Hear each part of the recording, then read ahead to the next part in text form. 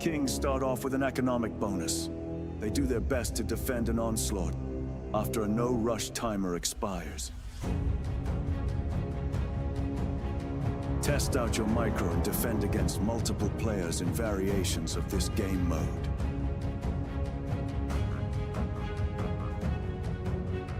Or be part of the masses. Team up with your allies to topple the throne in a glorious victory.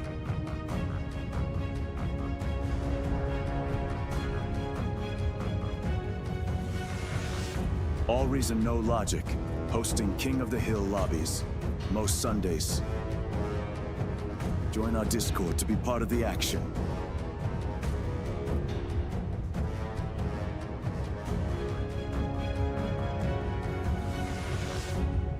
See you in game, Commanders.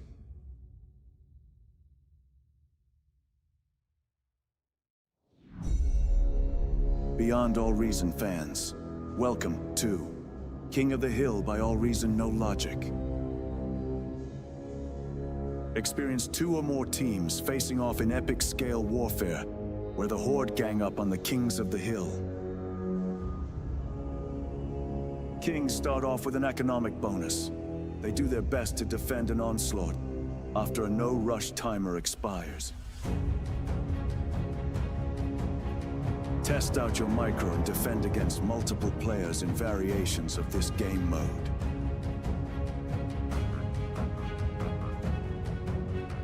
Or be part of the masses. Team up with your allies to topple the throne in a glorious victory.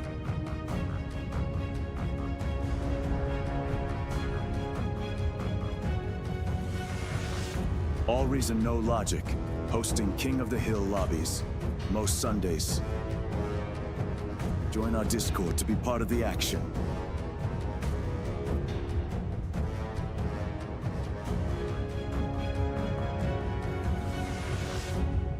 See you in game, Commanders.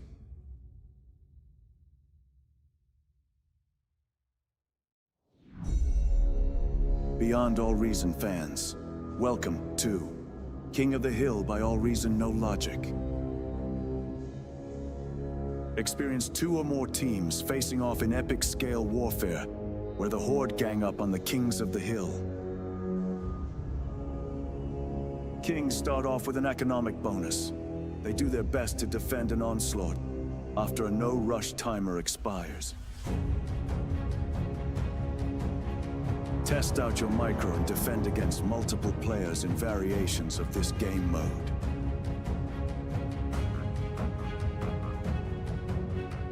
Or be part of the masses.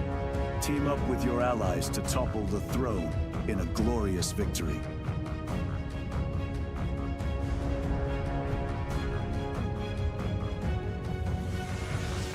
AllReasonNoLogic, hosting King of the Hill lobbies, most Sundays. Join our Discord to be part of the action.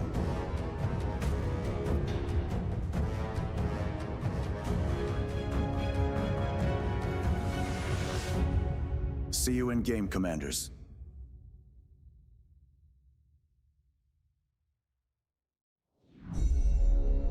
Beyond All Reason fans, welcome to King of the Hill by AllReasonNoLogic. Experience 2 or more teams facing off in epic scale warfare, where the Horde gang up on the Kings of the Hill. Kings start off with an economic bonus. They do their best to defend an onslaught after a no-rush timer expires. Test out your micro and defend against multiple players in variations of this game mode.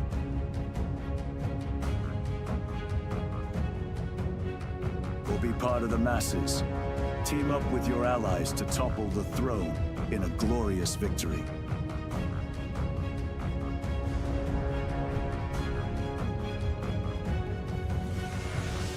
AllReasonNoLogic, hosting King of the Hill lobbies, most Sundays. Join our Discord to be part of the action.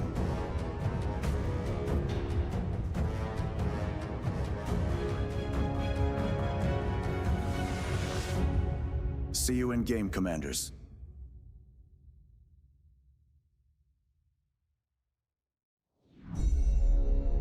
Beyond All Reason fans, welcome to King of the Hill by AllReasonNoLogic. Experience 2 or more teams facing off in epic scale warfare, where the Horde gang up on the Kings of the Hill. Kings start off with an economic bonus.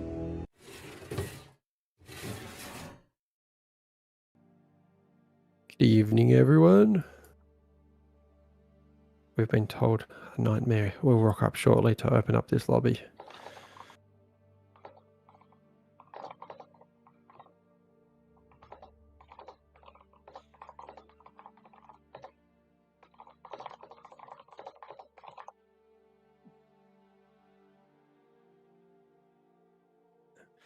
Okay, we're up. Thumbs up on YouTube. Official is up. Nightmare's here. Things are happening. We'll be good to go soon. And Nightmare, if you're listening in, we'll do the stream together again.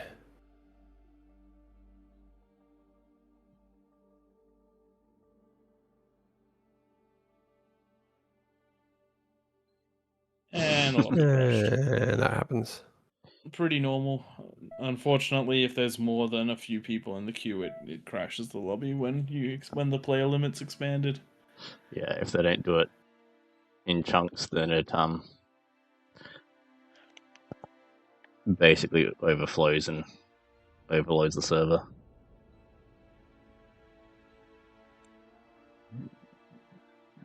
No, I can't.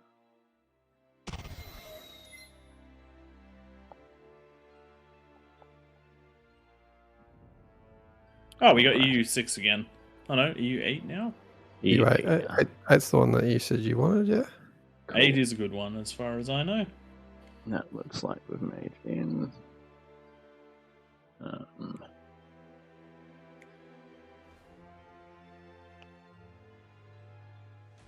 think I should be good to start doing the setup bits and pieces.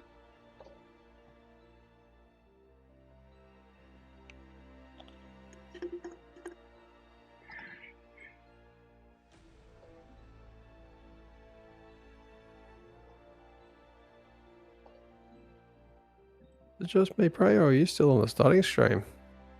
We are still on the starting screen. I'm having some OBS troubles. Fun times.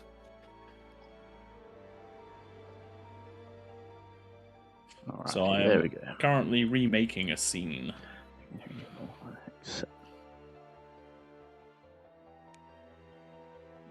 We're looking for 7 kings. You want to make a call on who gets to stay there, Twig? We're up to 7.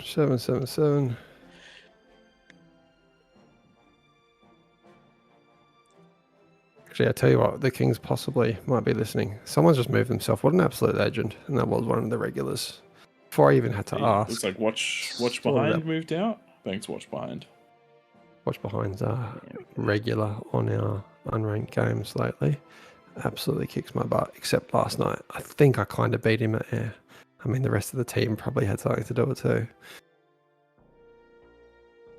He's much better than me. Alrighty. Do you want to rename our lobby, Twig? Sure. Probably should do that. And it's 45 for this one as well, isn't it? Sure is.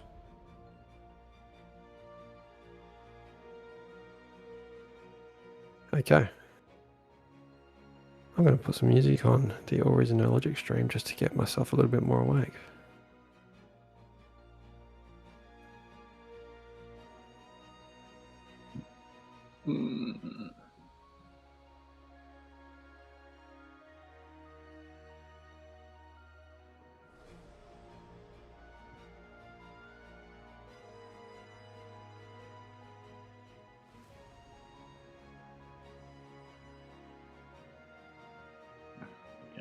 Yeah. Thanks for the request already.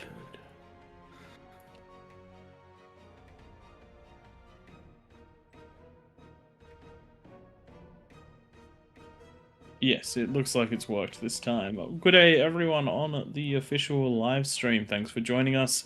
Some slight technical difficulties at the beginning with some lobbies stuff, but all up and running now. Good day, Dark. Good day, Chopper. Nice Thanks, to Chopper, see for letting you. us know. All right. I kill you for fun, Newt Newt. How's it going?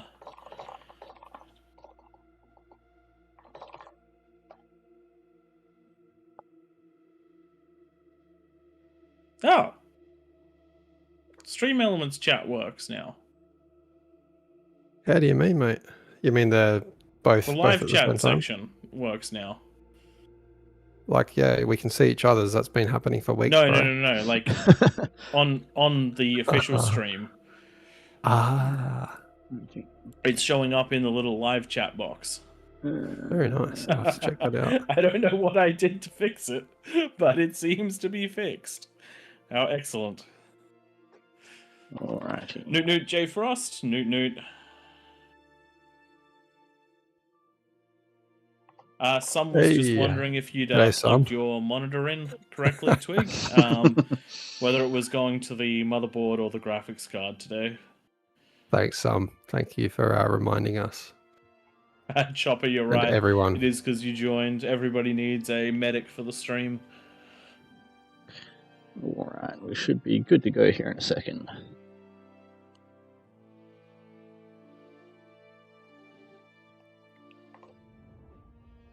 Kings are going to have their work cut out for them. 50 people for a first game. That's pretty good.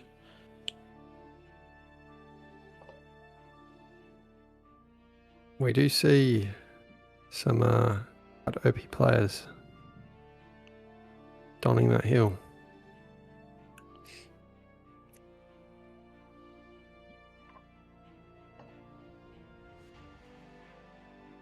Alright, looks Right like away. we have the forced start. Let's kick this one off.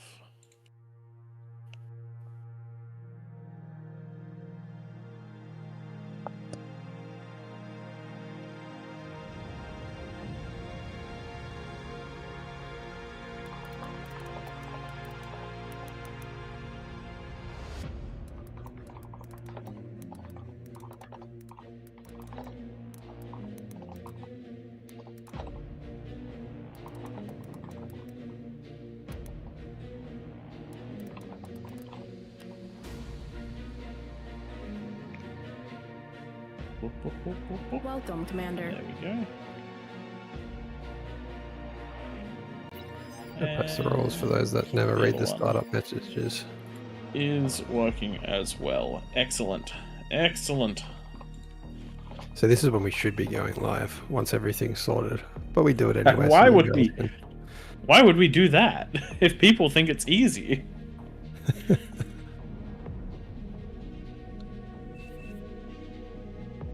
Got our rocket ship from Mazza. Maybe small. Everybody's heading to space today, which makes sense considering that this planet, everyone had to get to this planet somehow.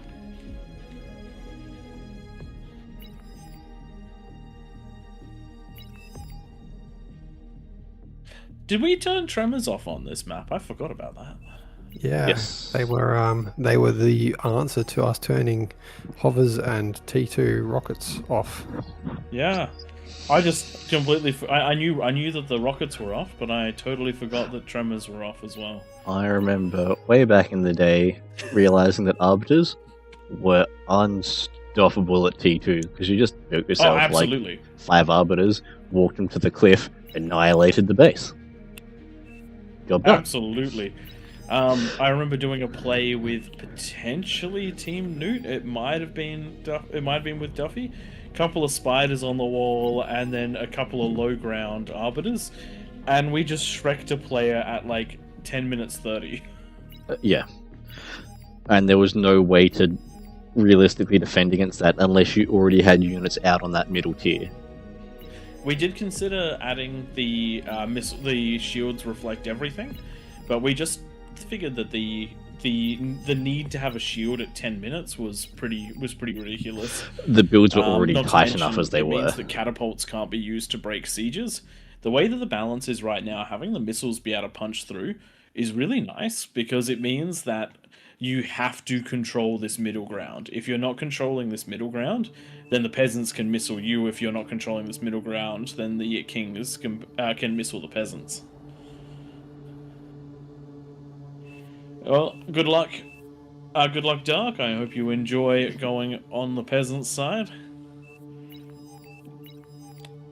We will see how it goes. We do have a strong set of kings, though, and they do have the more elaborate spaceship.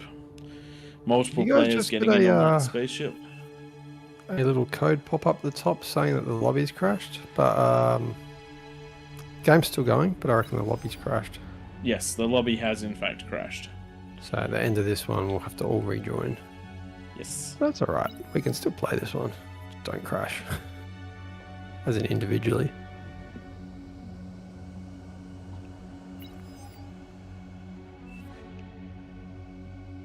Oh, Chronos are here. Must Where have got are the you? kids to sleep. Whereabouts are you, Chrono? Battle I know you've started. placed. Oop. Good evening and welcome everyone to tonight's first match. Today we have 7 kings against 51 peasants on throne. 45% bonus as per usual, and we'll see how this one plays out. Strong set of kings today. Every single one of them well and truly a veteran of this game mode. We'll see if they have the power to push out with plus 45%. New map after this one, and a new lobby as well. Joining me in the casting booth, we have Twig of AllReasonNoLogic fame and Stream King. We also have Tank Tom, our technical guru. Now, That's right, for the those new map. Oh, sorry, Prey. You keep going. You keep going. I mean, let's be honest. If you don't know the spiel by now, then you could probably check out one of our other videos for the rules. But real quick, no rush 10 minutes. Do not use structures offensively. A couple of units, such as arbiters, switched off so that missiles at 10 minutes don't destroy the game. And no air. Back to you, Twig. I was just going to jump off the back of your comment about the new map. It is the one that we tried out last week. We've done a few of the tweaks, a lot of inboxes. Thank you very much to everyone that jumped in to provide the comments on the new Krakatoa setup. It was very fun. We got a lot of DMs saying how good it was. Best map yet was common feedback. Tweaks are going to be explained shortly by Dominus, the bloke behind this setup. So join us again when we reset up this lobby after we find out if the kings or the peasants are going to dominate throne. And based on the lineup today, we've got strong kings out in the wild. Strong peasants out in the wilds, but we have a strong king in every position. So we'll see exactly how that one goes. Now, just while we're here, I'm going to do a little bit of shameless self-promotion. A little bit later tonight, we're putting out a video of a game that we did last week. I've done a focus on one of the builds for the first 10 minutes. Wait, so it's how to start. Did you make a video? You actually made the video? You went back and made a video? For what? Yes. Yes, I did. Brilliant. I'm actually going to watch one of our own videos for one. So it's essentially how to do the ramp positioning, where you start with only 2 mexes. It's how to get from 2 mexes to 2 fusions with 8,500 metal worth of defenses at that 10-minute mark. Now, you may not want to go with the defensive structures that I did. Units are also a really good call. 8,500 metal worth of units will do a lot of damage at 10 minutes, but up to you. It's just a look to try and help a few of the newer players who want to learn a king's position. The fact that you can do it with 2 mexes means you can do it with 3, 4, or more. Commander, so give it a go if you're interested. A noob Duffy just took out one of his wins on that Stockhead Nation. Is that I'm pretty sure that using comm detonations this early in the game is a kickable offense if they destroy players' buildings. What do you reckon? His own. It was his own. And And the rules must be Yeah, applied evenly. Kick him, kick him. Kick him, No, kick him. Duffy's Duffy's a pro at this, and they definitely need him. Self-destructed. What I'm not liking though is everyone up on that hill knows exactly how to play King of the Hill. I want them in the next map as a king. That's The true. one, like, I wish they just peasanted this one. Commander, We had self-destructed. 3 straight losses on the new map for the Kings last week. I would like to see our absolutely most stacked Kings team try it out this week and see what happens. That's right. It's got a lot of choke points. We've made it a little bit of a taller map than last week, but we've also made it so that you can't just find all the weird errors with the map. Accessible, high ground, etc. We've eliminated that by I mean, Dominus has gone back and done that in his own time. And- So cheers to him. And look, we appreciate everyone that played it last week. We learned a lot. There were a lot of things that needed some slight tweaking, and that has happened, and we'll see how the balance runs tonight. New maps are always an interesting one, and they do take a little while to get right. Throne in its current state took, 6 months worth of tweaking? Somewhere in that sort of a ballpark for people to sort of get the builds down packed and then it start to play somewhat consistently. So always a bit of fun, and at the end of the day, King of the Hill is the most non-competitive competitive PvP game that we've found in King of the Hill because it is uneven. I've never had a problem with losing or winning on either side. It's just a good bit of fun. I Looking wish I around could the take that map, approach. I get too serious even when it's unranked. Twig, I don't think you're capable of not being serious in all situations. I grew up in a very alpha male family Commander, and self-destructed. very competitive with my brother. Newt over there, I saw that. I did indeed. Very good, lads. Now, let's have a quick chat. What do we want to see out of this game? Do we want a quick game? Do we want a long game? What do we want to see with this much power on the field? I want to see different things tried. I don't want to see Razorback Vanguard win out of King. It's alright, I have a new strategy. It's better than Razorback Vanguard. What, Kagi Vanguard? Nope, it's even better than that. It's Catapult Razorback.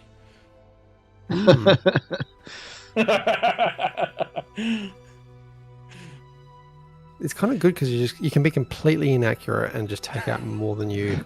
In that Yeah. direction, off you go. It is surprisingly good. In some background testing, I determined that the ability for the vanguards to walk over cliffs is not necessary in this map. However, the AOE firepower of the catapults and the shield punching throughness is wonderful. It does cost you an extra lab, which means that you'll be 2.5 Razorbacks less than you normally would be. But at the end of the day, that's fine. That's fine. Commander, self-destructed. The Geos are Also- looking relatively good around the map, but inconsistent as usual on Now, how far progressed they are. Thunderstruck has just illustrated one of the interesting things about this map. The lava table is so close that when a comm detonates, it can be rather hard to get the corpse. If you select a resbot or anything along those lines, you can see that there is a restore button. You can use that to restore the land. I think we're about to see that now, hopefully, which will allow them to get it. There you go. We are seeing the builder using restore, which just brings it all back up to level. The and will allow resbot that. actually can do restore itself. You can see they're hitting Yes. M. So he's asked somebody else to do it for him. But that is the solution to that problem if you ever do come across it, and it is also one of my favorite features of the map, that the lava level is that precise that it There's a needs to little be. scroll behind the edge of the map. You can just see that my cursor doesn't even fit in the side of the distance. It is rather small. All right, so strong economy is coming up in the middle of the map. We're seeing Duffy with his quadruple fusion start, which I really need to get around. I should watch this one. This is a better version of what I just did a did the video on. The video that I did is all about a solid start. I have plenty of mistakes in there, plenty of problems, but at the end of the day, I still got 2 fusions down. I still got all my defenses down. So 100% worth a These worth a boys have look been if you're practicing for sure. Commander self-destructed. No way. It's not like they have optimized build orders or anything. That's impossible. I think there's some feeding going on. I'm not sure. I could be wrong. I probably won't go back and look, but I'll pretend that I will. But the thing is, these guys are, most of them Commander are in our Discord right now. self-destructed. Check it out. AllReasonNoLogic's Discord. I'll quickly ping that. If you want to join. 6 of them are in the King's chat. That's pretty handy. It is. It is. I find from my unranked games that if I am with guys in the Discord, our win ratio goes up massively. I heard that you were that you were trying to get yourself ahead in OS. Haven't done ranked yet. Sometimes that's actually the better way to play. Just a little less pressure, a little more fun. But one thing we've been doing recently, it's pretty cool. Done a few alerts for it as well. It's a new game type called Hunger Games, where you overlap the start boxes, make them quite small, and it's instant action. And then, yeah. That actually, does the idea of that game mode come from some of the end of our streams? All right, action on time, ladies and gentlemen. Lava has dropped, 10 minutes is up, and we have some probing coming from the peasants. An interesting tactic this time round. We will see how this one plays out, but that is a choice. That is a choice that the peasants have made, and we'll see how it works. This early on in the game, there's some good potential.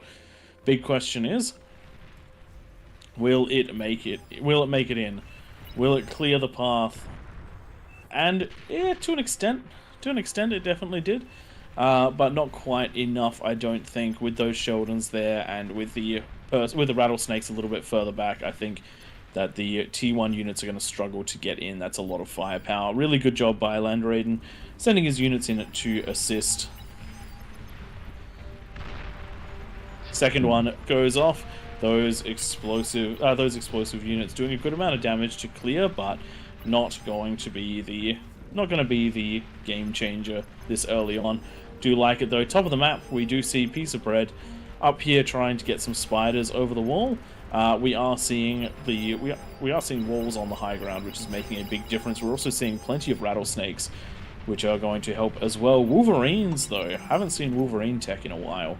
That's making these mechs as hard to control, but some very good. We've got some very good positioning for the. What has happened? What's going on over here? There is a. Yep, Psycho has built a Battle resumed. LLT on the high ground. That is not okay. There we go. Does look like it has Offensive disappeared. structures. No offensive structures. The Fringe doing a good job of holding back these spiders. Potentially going to lose the comm, but maybe not. These rattlesnakes doing a really good job of pushing back the spiders. They're far enough back that they weren't taking volleys, but close enough that they could get those direct fire shots on. Does look like the Wolverines have run out of targets as well. Short range T1, unfortunately. Spiders, though, continuing on the left wing. We do have Oodles sending spiders up into Landraiden's base. Landraiden's comm Commander ridiculously destroyed. low, gets taken out. And one spider in the back line, but again, fusions right up against the wall. So risk there not too high. Just grabbing some mexes, just grabbing some build power, some wind. A little bit of the conversion, nothing too crazy. Is going to need to be cleaned up, but it does mean the Kings are on the back foot for the time being. Which is going to be a problem, because the pressure just isn't stopping. We're seeing unlimited spiders coming out from the peasants. But Duffy, with his 3-year fusion start, does have the economy to be pushing destroyed. out right now. Sending Three, there was a... 4. Oh, sorry, 4 fusion start. Going with the sharpshooter strats, but unfortunately those sharpshooters getting absolutely sharp shot by the rattlesnakes on the low ground. The ticks were providing some cover, some visibility, but the manual targeting of the rattlesnake doing plenty to take out those snipers. So expensive investment, only managing to get to the front lines, not through it. Nothing too major destroyed there. So first defensive thwarted. Looks like somebody's played against Duffy before and knew how to counter that. Nicely played, alright. And this is one of the things about being a regular. You might be very good at the game, but it does mean people are pretty good at it. Now, let's have a look up here. If you do watch the video that comes out tonight, you'll be very familiar with what's happening at the top ramp. So this is tick spam that is just going across absolutely everywhere, backed up by some, I do believe these are patrolling Rocketeers. No, they're manually controlled Rocketeers, just getting the damage on. Really heavy wall investment. Spiders are up some defenses. Just getting ready to stop those early pushes. This is going to potentially keep the Kings locked up for a very long time, because you do in the background have the Persecutor, potentially more Persecutors coming along the way. This is a very hard thing to push through quickly without taking a lot of damage, because you do end up with those ticks giving constant vision. The comms potentially getting some good damage in. The EMP missiles being used to great effect to keep it all back. So really nice defense there. This held the entirety of the throne game last week, and you can see how effective the defense is. All those bulls and all of those pounders have been reduced to basically nothing, and it's going to be a nice fancy feed for the peasants around the outside. And this is similar to what happened last game. These tank corpses, the T1 corpses, the T2 corpses, are going to turn into the economy that these players have foregone in order to have this strong defense.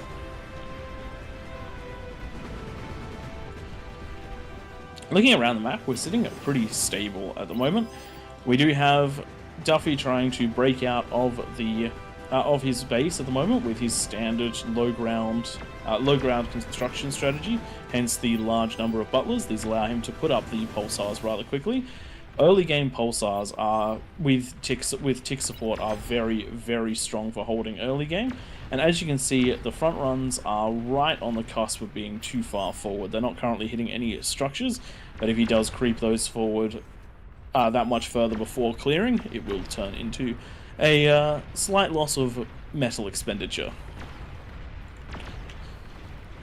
But does look like Kings are being hemmed in. Middle is scaling, but they are building T3, which means that they will struggle to scale a little bit. Razorback on the front line. Oh, that's big. Manages to get the Persecutor.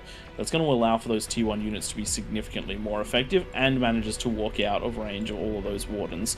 The early T3 is strong. Might still go down all those. It does go down. down. Those Wardens. Got to be careful with that. Sometimes you can just pull it back for healing, because one of the things you don't want to do is lose this. However, if you can prevent the enemy from getting the reclaim, it's worth losing a Razorback to do that, because peasants getting metal is bad. Thanks to Dominus just defining it to Duffy where those pulsars can go to, and it's really. Put it this way, how would you like if someone from the peasants went and built something that could reach those beamers and everything on the ramp? We treat it the same way. Give and take. Commander destroyed. Tom the Ruler, just be a little bit careful with that Juno. It didn't hit any production facilities, but it was very close to being too deep in. They are for defensive purposes only, but hitting them in the no man's land is fine.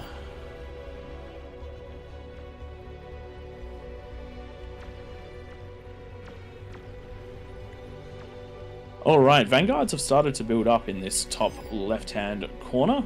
Razorbacks haven't. And are they being built at a 1-1 ratio? No, 3-to-1 ratio. So 1 Razorback for every 3 Vanguards. That means the Vanguards are going to build up very, very quickly. Wow, we have Vanguards out of the Peasants already. Sorry, Razorbacks out of the Peasants already. There is enough firepower here to push them back, depending on how the fight goes, but the Vanguards really do need to start firing for effect. You need to, if you're going to invest in getting these T3 units this early, you have to make sure they pay off. You can't just be fighting units, because if it's just a unit war, you have plenty of peasants in the background that are going to be scaling. Kings are going to struggle harder to scale whilst building units. So you need to make sure that you're actually getting value for these T3 units if you're going to build them. You want to be hitting your eco targets, so that means get them in range of these advanced geos and see what you can do. At least Smitch has still been able to scale quite well in the middle. You can see the eco is starting to get quite big, struggling to spend all the metal. And just realised More Nightmare's in the build game too. turrets. Commander There's a destroyed. bit of 1, pressure 2, 3, building on this 4, lower 5, 6, ramp 7, here. 8. One of the things to bear in mind when it comes to build power, your decoy comms are more efficient build power. I have So if- just, seen something. Can you go down to the bottom ramp of the Kings, just south of it? You can see a nice commander with a perfectly circulating grunt army around Chronographer. Look at it as he moves this. Oh, we have God. to turn widgets off, I think. We do have to turn widgets off because with this many players on, if everyone was using a widget the entire game, would it slow down? But I do enjoy the spectacle. I did think there would be an interesting play with Chrono in the game. Looks like a large force of Razorbacks coming from this top side. We have double APHIS, triple fusion economy, and a Geo just powering out those T3 units for the peasants. That is quite a lot of income for that. And they are now fighting with the Razorbacks, but they're taking a lot of shots from those Vanguards. Vanguard's shots do a lot of damage. So you have to try and make sure that you send something in ahead of the Razorbacks to tank those shots, because unless they're manual targeted, they will do things like attack the ticks that get in front of them. So most of those Razorbacks are just destroyed. I'll try and teach it anyway, even though I can't select it. Let's just pick those brutes that are just in front of Smitch's base. Oh, that's that's Jolio's base. If you double click all of them and hold down Alt and press Q, you might see that too. Pray if you can do it at the same time. It only selects units that are less than 60% health.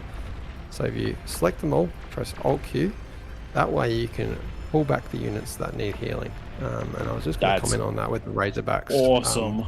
When they were going forward, two of them were particularly low. You do that, you pull those ones back behind so they can still fire, but then the other ones start taking the damage. So that's a bit of an advanced tactic. I really wish I had time to make more shorts, because that's one I'd certainly make. Yeah, that's absolutely awesome. That's something which I try to do manually. I remember a game. Who's Junoing bases? Who's Junoing bases?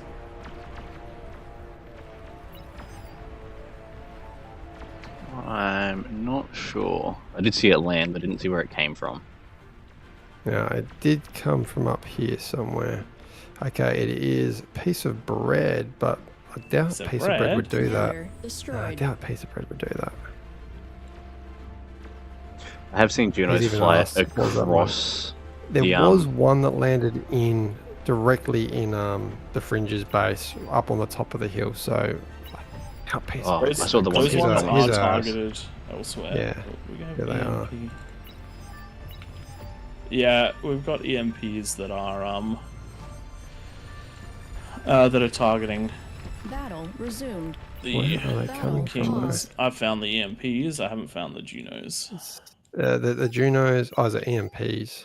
Sorry, it's Junos that were coming out of piece of bread, but they're not targeting where it got hit. So I think everyone in game, whoever's paused it, is trying to figure out where they're coming from. Maybe they are gone. Listening in, guys. No, piece of bread didn't shoot those ones. It's not him. Yeah. He's using them defensively. Ah, it's him. Here it is. It's Sky 00. So apologies, piece of bread.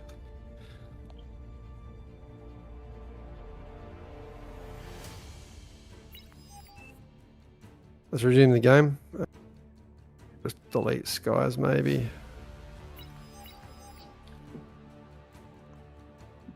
All right, let's jump back into it.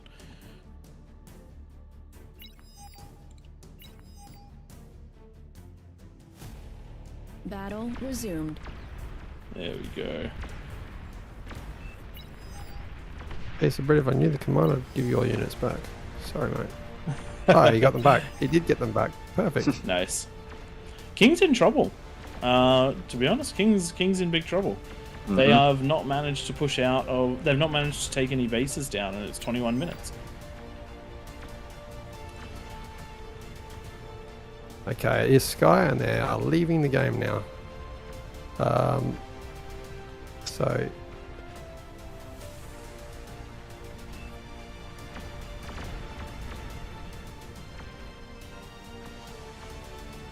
Alright. So, Vanguard versus Vanguard on this top left-hand side, which has just been the contentious zone this entire game, with the peasants managed to getting a considerable amount out, and this is what we talk about when we say actually utilizing your economy for impact in the battle.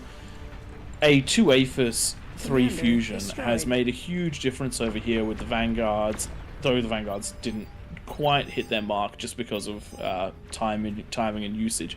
But then the Vanguard's pushing the Kings all the way back to the base. So very nicely done there. We do, however, we are starting to have a push out on this right-hand side from... Ooh, what happened there?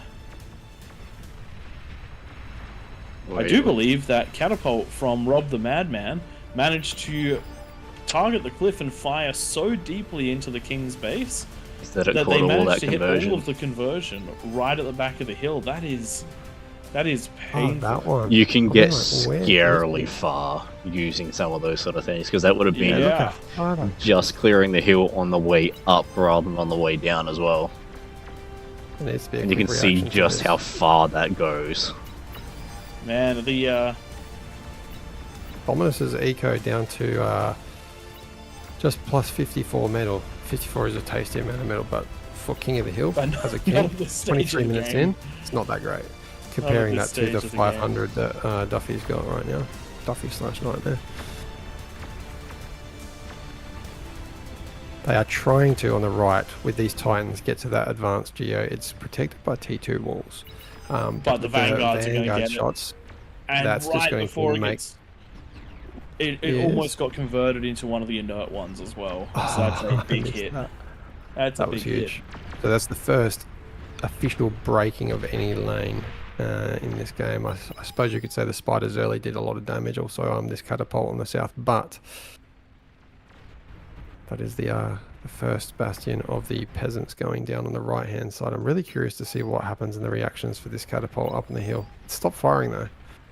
Look, this is one of those make or break sort of moments for the Kings.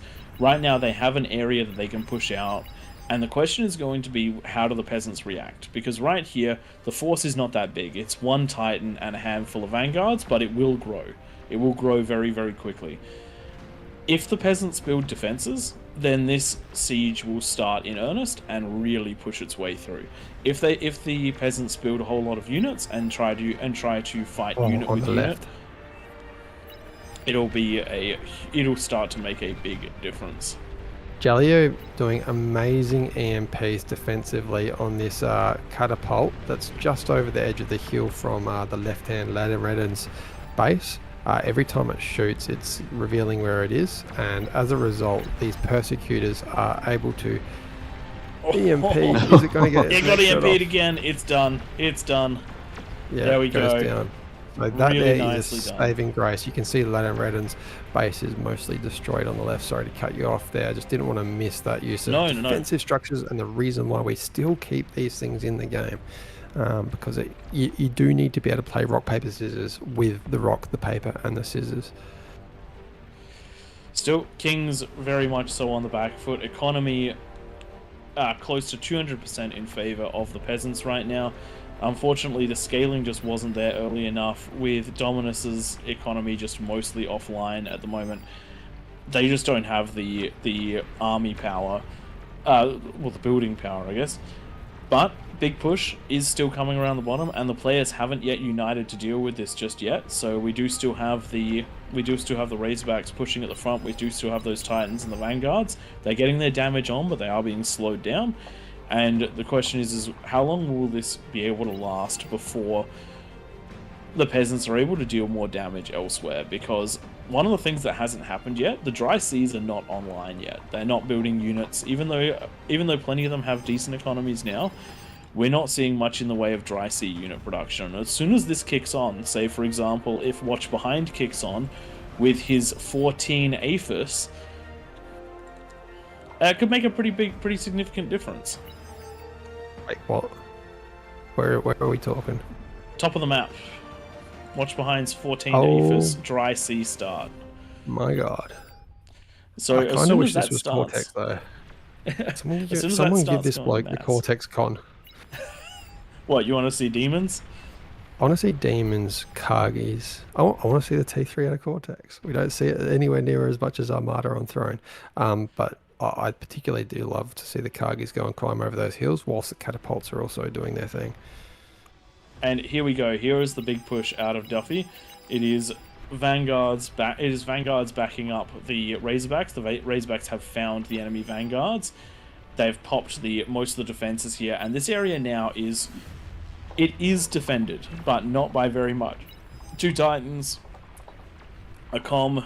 We'll see if it is enough or if they spill out into the dry sea, because man, Watch Behind is one of the biggest peasant economies there is, but he's super vulnerable right now and still building APHIS. Grumpiness got so close to getting into the base, then taking out a lot of defenses with 3 Titans, and then Jellio just got a commander there in time for the last full health Titan. That was nasty almost. Does look like Landraiden is holding up here. That one Bastion doing absolute work against all the Karganeths heading up onto the map. So it does look like the peasants, the kings are safe for the time being, but the push is now really on for the push is on, and the peasants are feeling the pain now. Plenty of good and strong economies here to be taken out. We'll see exactly what happens there. Because if the kings can start getting a circular rotation going, they will start clearing players, because there's no individual peasant that can stand up to the forces of the kings. And all the kings then have to do is hold out, but it is... army value is slowly trickling further and further into the favor of the kings. Oh, sorry, into the favor of the peasants. So we'll see exactly how that goes. Oh, man. Vanguard's in range now of a large economy, but they don't know it's there. Does look like a stray shot, though, has managed to take it out, and that's something which I would very highly recommend. This is just some random move while attacking commands, and they managed to hit all of the conversion. And the reason that you do this is because you know that peasants will be in certain areas, you know kings will be in certain areas. Whether you have scouting information or not, you can make a prediction as to where things are going to be. And this is also why shields are critically important in this stage of the game, because those random Vanguard shots would not have punched through 1 or 2 shields.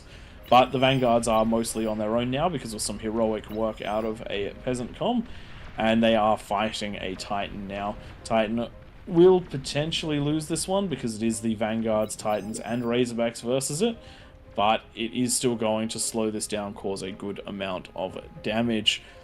King's trying to push out with Titans on the left-hand side, plenty being constructed.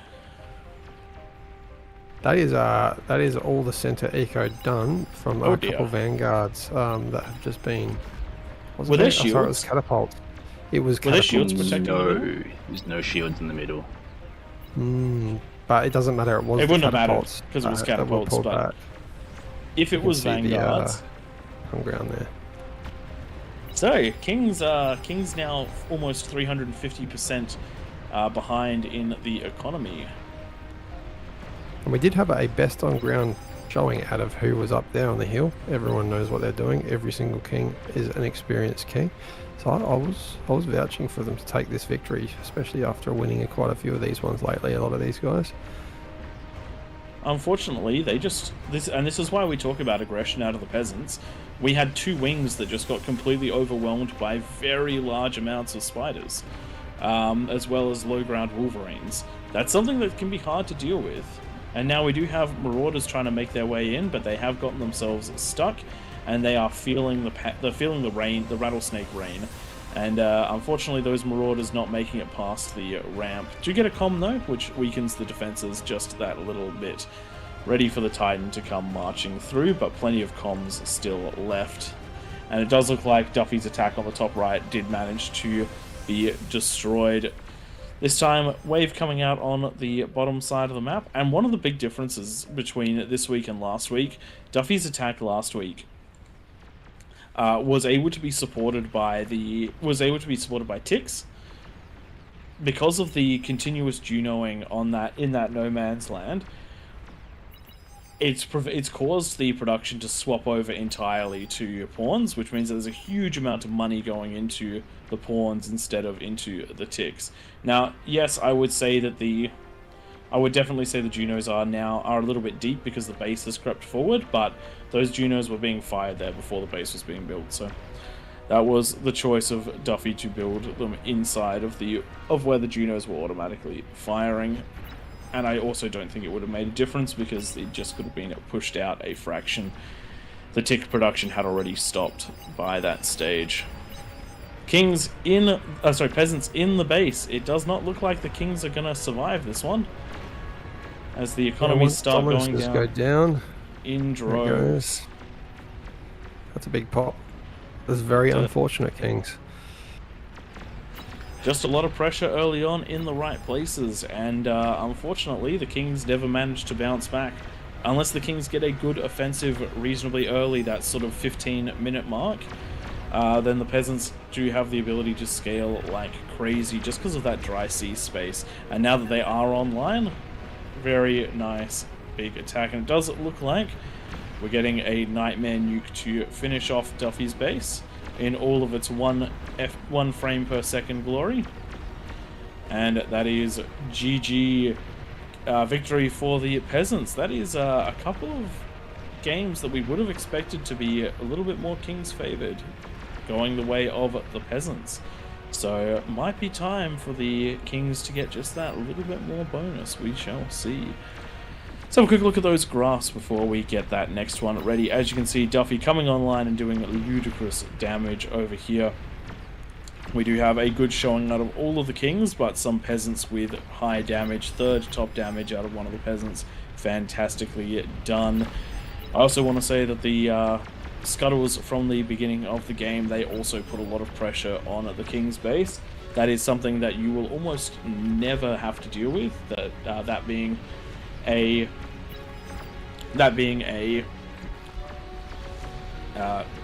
invisible unit at the 10-minute mark. But unfortunately for the Kings, they did have to deal with this time no counter intrusion, so they did explode in the defense lines. Alright, ladies and gentlemen, we will get ready for the next one and see you in there. Like, subscribe, comment, all that good stuff.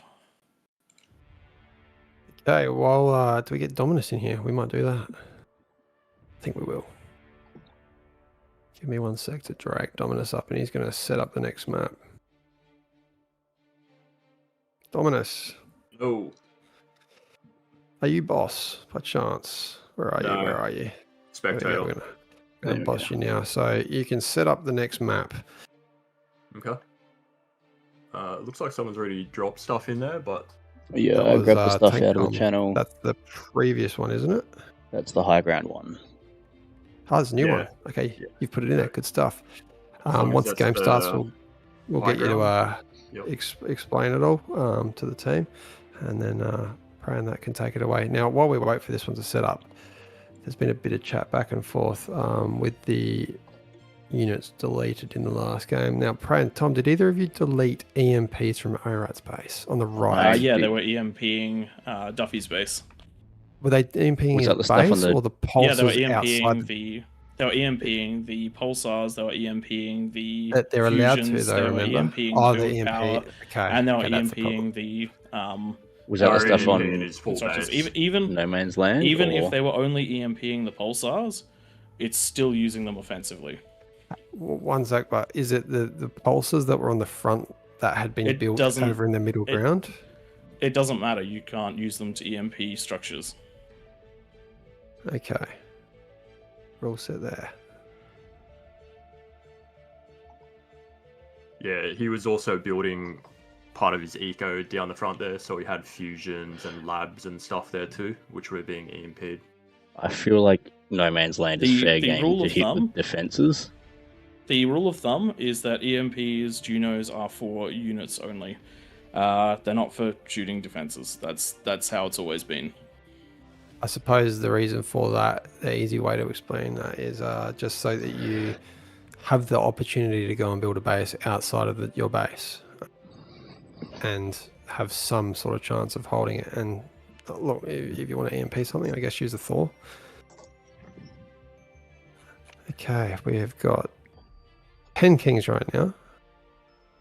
This is the one that I would love some experience down the bottom. All those guys, Dominus, you guys should have been there for this one, not the last one. So unfortunately, there's going to be a lot of names down here. We're going to put Watch Behind. We'll give him the bonus just to start off, and then give everyone the opportunity for this one. We usually say everyone's welcome.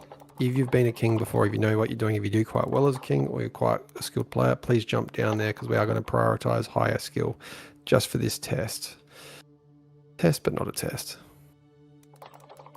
So Oratab, if the pulsars were shooting your defenses, we didn't see them do that. We only saw them there after there were no defenses in place. If that happens, pause the game. Just pause the game and we'll deal with it.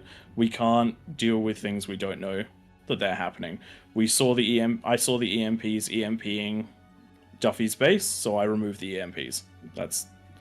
We can only deal with problems that we see. Okay, let's start assigning the bonuses, and we're going to just go everyone above 20 OS for now. And if anyone else can jump down there, awesome. Feel free if you're below that rank, but you know how to play King of the Hill, because we've seen people in like the sub 10s be absolutely amazing at King of the Hill just because they know the builds. Just send us a message either in the Twitch or in-game to say that you know what you're doing. Otherwise, we're going to move some of those guys up. As I said, Oratab, pause the game. I don't read chat while I'm casting. There's too many things going on.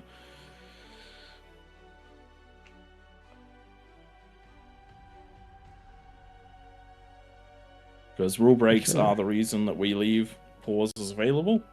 And we want to try and make it as fair as possible.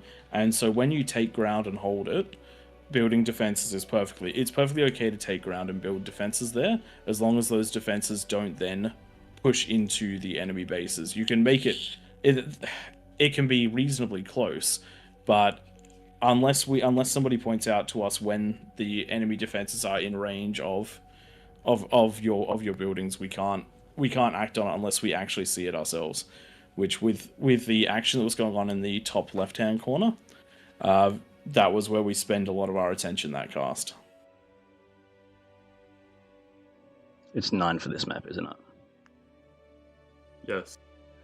It is. And Sky, if you're listening in, Sky 000, he's easy. I'll just remove that bonus and spec him.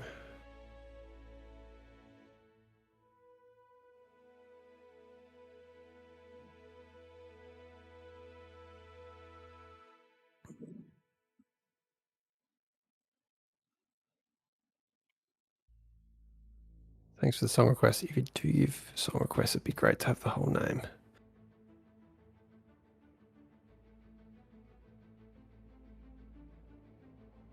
That was the whole name. There you go. All right. Looks like this is what we've got. There's definitely some people that know what they're doing down there, but we do have 57 peasants going to take on these kings.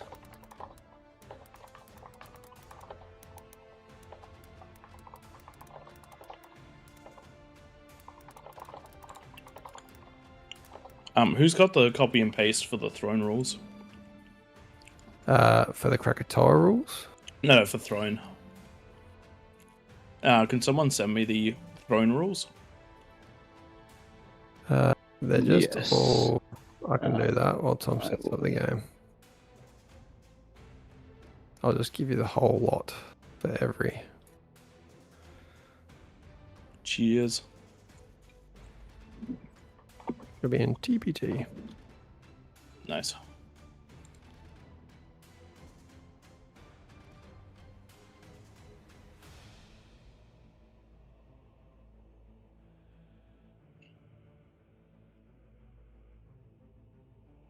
think a few of the bits are outdated, but the copy and paste for the rules are the same. Guessing you're maybe going to edit them. No, I'm just checking. So, as in the current version of the rule document, there's no rules that say you can't build defensive structures outside of your starting areas. They're simply that you can't build defensive structures offensively. Yeah, and it does So say if you don't. take, I think we'll go through it afterwards and clarify some bits and pieces, just so Yeah. that we're all Yeah, clear on stuff. the hit us up on the intention Discord. is to allow for peasants and kings to build in areas they've taken because space is limited, and not have to actively defend them as much, because usually in an area that you take, you'll get raided by T1 units. You might have to do a fight there, but usually it's behind the main front lines. The idea behind allowing defenses is so that you're not spending your limited micro in those areas. Let's just focus on this one for a sec so we can kick it off. Yeah. Should we upgrade the bonus, just given the amount of players, the experience, and how poorly Kings have been doing lately, to 50? Just to give them that extra advantage at the start. Just going to go to 50. You reckon, Dominus, that will work out? I reckon if you want the wins, if you want the Kings to have a good game, 50 would be fine. And while they're organizing that one, we'll update what's in the Discord as well. At the end of the day, the rules are there to try and make it fun for everyone. And if we are doing, and if there are things in there making it not fun, then we will look at changing them. Why are there 10? Make sure one's jumped down there. And Sky's jumped in there. This is the bloke that wasn't acknowledging. I'm going to remove that bonus so we don't. So Sky was the one that was spec'd before, Tom. And now we need another king down there. You've got 9 down there. Yeah, I just got to get Sky to acknowledge the rules. He was the okay. one EMPing all your bases in the last game. Right. Is he in there with them? No, not that I can see. All right, if he doesn't acknowledge in 30 seconds, just somebody else jump down there, actually. Stuff it. Add bonus. I mean, change team. He's saying yes, no long range. Yeah. He can go next game. He did break the rules last game, repeatedly. Grumpy won't want a king. He wants to be a peasant. He likes playing peasant on this. Oh, do not. No. We're not having a one-shot down there. One more king.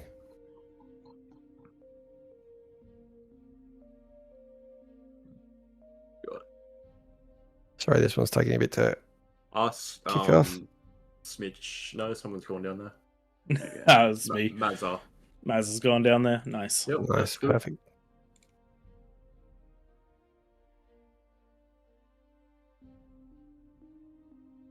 Okay, we kick it off. Prayed of so.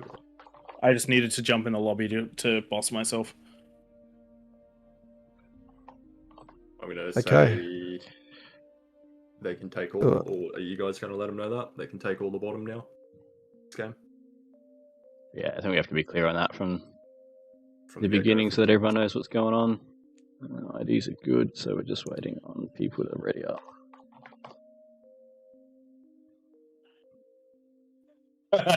Daoshi.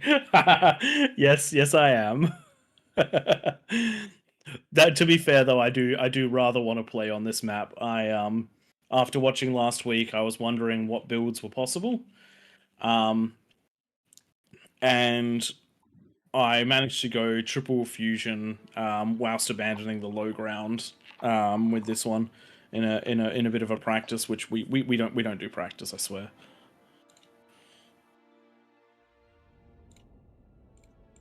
Tom, someone's jumped down there again. I'm only seeing 9. Yeah, I already moved them back. Yeah, I've been excited to see this one this week. I think you guys are going to be surprised by the map. Yep. Do we have 9 Days, or 10? I just kicked Days is them. going to be kicked. Yep. So we'll get it kicked off. The YS will not be in the game. And I'll be removing that comm. Sorry, guys.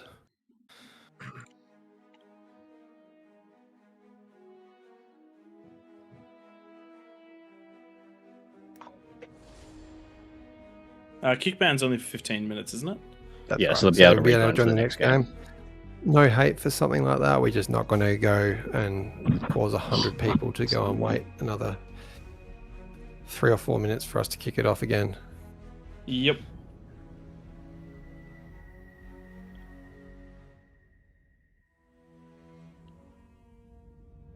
So we'll do a remove unit rather than wreck.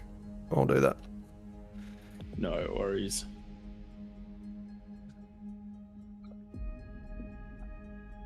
Please, everyone, follow the rules. I was all scattered last game, just Welcome, constantly Commander. typing in everything. If there is a problem, jump on our Discord and bring it up with us in either a DM or community feedback. We respond to everyone, thus far anyway. So we do our best, like Prey was saying. We can only adjudicate, moderate what we see. And sometimes it might come across unfair. Sometimes it's in your favour. But the best thing that everyone can do, follow those rules. I'll post them in the game. Yep. Again. And we'll just do a pass. We'll make it clearer because we've been relying on essentially the shortest possible version of the rules. That's right. I've cut them down so many times, but it's just not working for us. And also the game has expanded again. Building on the second tier was a once every now and then sort of thing we saw, and it was usually late game after an entire corner was cleared. Now it's become the go-to strategy for a couple of players to break out early and build there. So that means that we need to look at what we're how we phrase them. Just a heads up for the peasants. Make sure that you're outside the lava line. Until that lava drops, stay out there too. Otherwise you might be spectating the rest of the game. And we mean that with love. Love and prejudice. Alright. It looks like we should be pretty well good to go, doesn't it? Yes. Hope you're recording this one, Prey. Let's finger cross it's good. No, we're missing your king. I was thinking that we might not record this one. Shake things up a little bit. Alright, there is one king, yeah, still missing. Who is that? Razor Killer. DME. And the bloody... I don't know, no. Nightmare, if you can message us in game, can you put someone on the right? Over in this spot here. Maybe even Dominus. Do you feel like jumping in Dominus on the right? No, I want to watch. Sorry. Someone experienced needs to go over on the right there. DSYS has been kicked just because they joined the game last second. But unfortunately, it looks like we've got one player that has dropped and the lobby has crashed by the looks of things. He's the wrong one.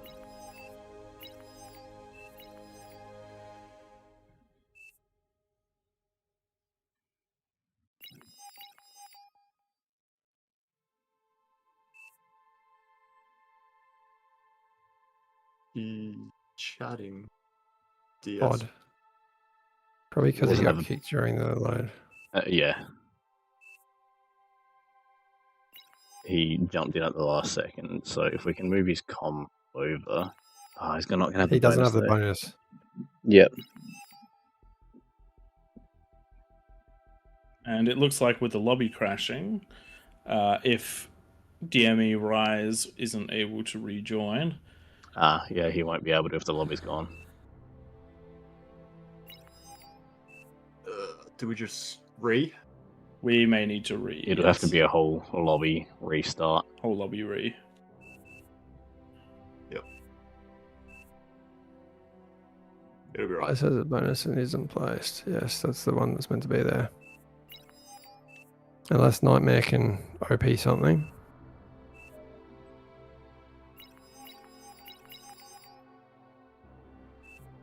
Nightmare is not in here with us, is he? Here we go. He's just joined us. Who to sub? Alright, who's going to sub in there? Someone in game chat, please tell us that they're happy to do it. Someone that we recognize the name of. One thing. We have Race of Killer. He's in the game. He's just not placing. He is in the game? Yeah. Where is he then?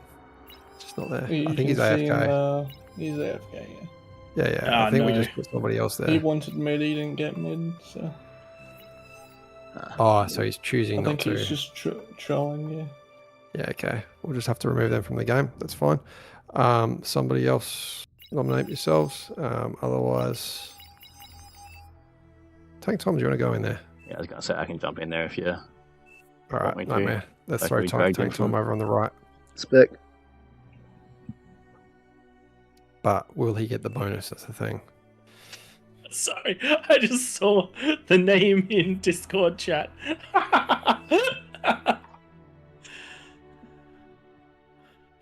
Oh man, that's good. That's great.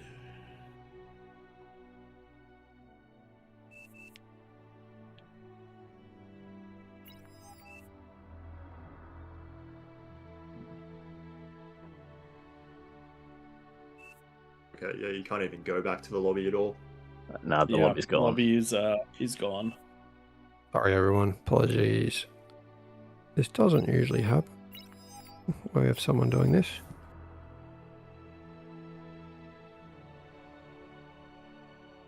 Hopefully he's able to apply the bonus Tom gets in there.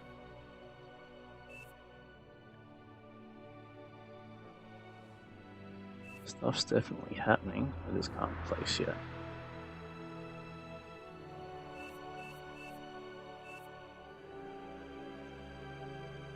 I wonder if Rise can looks be like placed.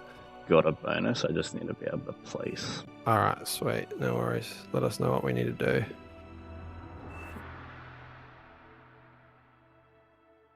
Tank Tom is in there with DME Rise's name next to him, same color.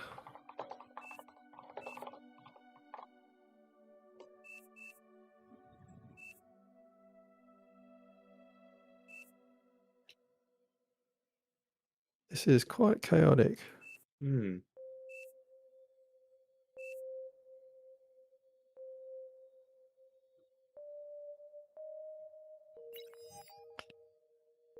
Are we good to go, Nightmare?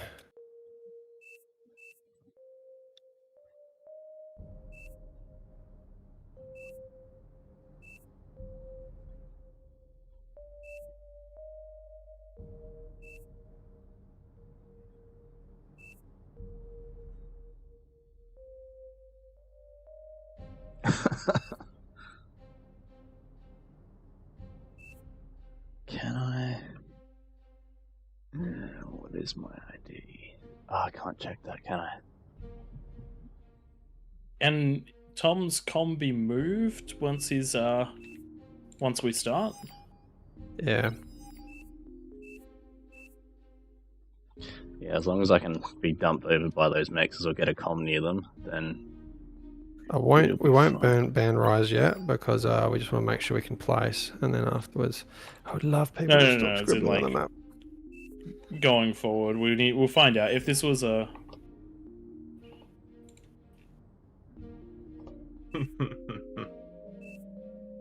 Gosh, I'm ready to go to bed, I think. I would say just start it. If it doesn't work, Yep. Yeah. All right, everyone stop scribbling. I'm doing the force start. One person, yeah, it's always one. Battle started. Oh, someone's There we placed. go. There's two comms down there. Nice, perfect. Cool. Tom is there.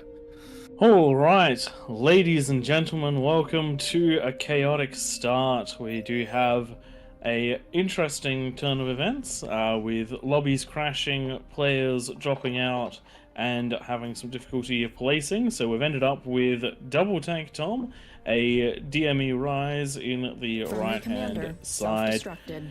and let us just pretend this one is normal. First time on the new and updated version of Krakatoa, which has been brought to us by Dominus. We gave this one a go last week, but there were some very interesting tactics used. People found high ground locations for T2 labs. They found some amazing shelling locations for Quakers, and we had some intensely strong peasant-sided fun. We'll see if this one turns around a little bit more, because the Kings this time have access to more metal. They had the 3 last time and were expected to build on the high ground after that.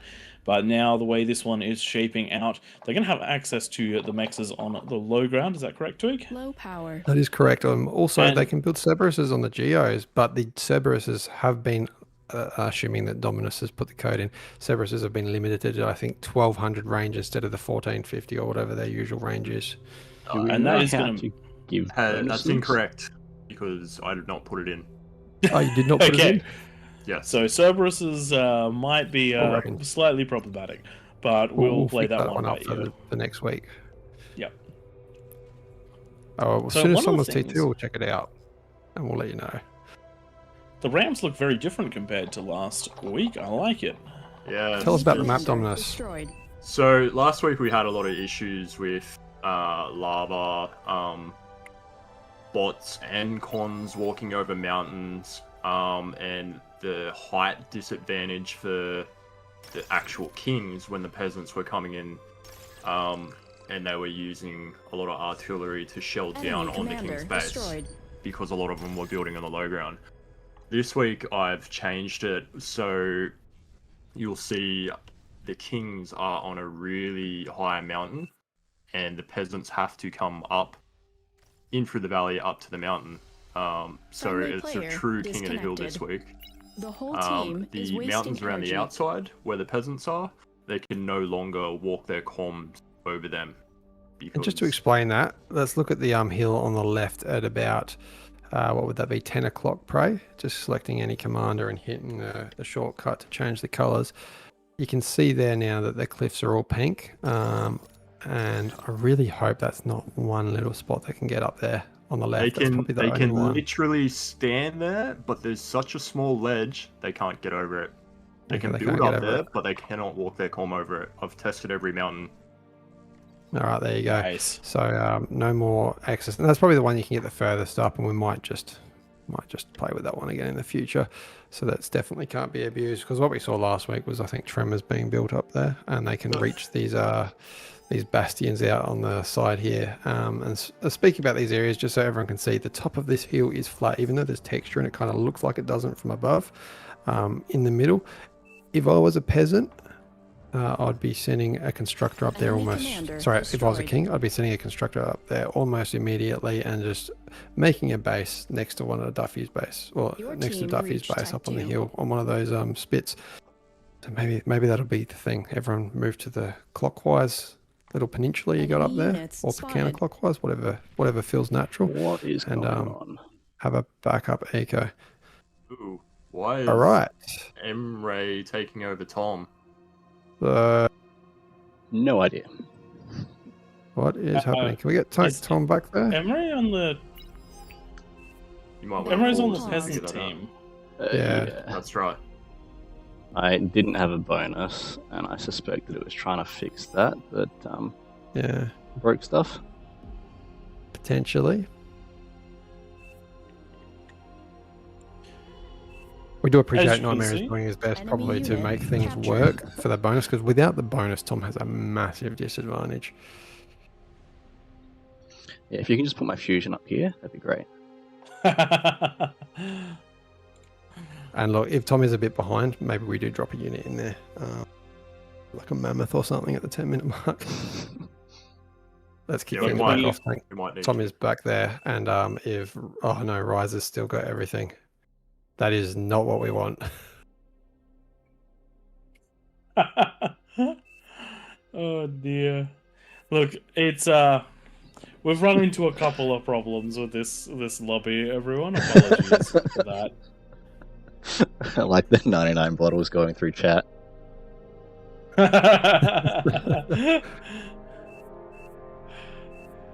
Alright. Look, let's just kick and take, maybe, if that's possible.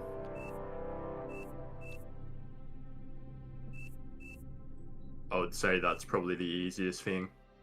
Well, Problem the is there's no interesting lobby thing is to... that Tank Tom is now doesn't Rise. own the base. Oh, this is So It true. might should have be to fine. unpause for it to be able to show up as my stuff because I didn't get Yeah, any just double comms hit until pause, we Tom, and started. that'll Well, no. work, So the but thing yeah. is that you are now Rise, Tom. If you look, you've got Tank Tom above the com. Yeah, Oh, yeah. You are DME Rise You now, are and the Rise. stuff is DME Rise, fine. and you have a 50% bonus, so you should Yeah. be fine. it looks like we should Yeah. be right. Enemy commander destroyed. Yeah, so we're good. We're good to go. We're good to go. Tank Some Tom is interesting there, and shenanigans. he has got the bonus. Yeah. Those It's all mixes are solved. producing. Is that 2? Compared to. Hang on. That Those still mixes hasn't are only It's producing all 2. solved, Twig. It is all solved. Yeah, we'll just pretend it's all solved. No more Enemy playing Yep. with it. commander destroyed. And if there are any more problems, I'm sure that Nightmare will be paying attention and potentially bail Tom out if there are too many problems. So I know we're only 5 minutes in, but I would like to see Enemy more commander people have destroyed. cons up in the hills building eco behind them. Nah, it's fine. It's fine. It's not like that area becomes absolutely swarmed with peasants and unholdable. On that low ground, we haven't watched 3 games straight of the low ground getting Enemy absolutely commander destroyed. It's so tempting to stay down there because of the mexes, but Yeah. It is unfortunate Mexes will because fall. the game looks like it's broken. I believe that the mexes, even though they're worth 3, as you can see on Avalon's base, if you look at the ground, but you click any mex, it's only producing 2 metal per second now. So big disadvantage for the Kings in this one. They essentially have the same eco as the peasants. No. That happens, but it's it's fine. calculated after. Yeah, Yeah, I'm, it's not showing I up. used but it to is there. always be able to see the bonus on it. Hey Duffy, since you're here, do you want to give everyone a bit of a nod to say get up on the hill? No. And Nah, Duffy wants the Life whole is hill to space. himself. there is a lot of room up there, and you're going to need help defending it. I can probably solo it. One I thing agree. that's good this week though is Enemy because they commander can't destroyed. walk over the hills and stuff like that. Hopefully, everyone should be forced to come through the valleys where the lava will drop to start with, anyway. Apart from spiders, which we're gonna see them. Duffy just said that he can solo this. That's what I heard by that's himself what on the I whole heard. game. And if he can't do that, everyone with the Cookie Clan has to put ARNL in there for a week. I like it. Also, picking the right faction this time around, going with the Cortex in the top, means that these super vulnerable advanced geos can be turned into geoguns for defense when the time comes. So I'd like to see 4 geoguns on the top. That'd be nice. One thing I'm hitting any unit again and hitting that F6. Because there's only limited spots that units can be built that can actually traverse up these hills, and I think vehicles can only get up the right-hand side one from memory. That's right. Yeah. Where Tank Tom is.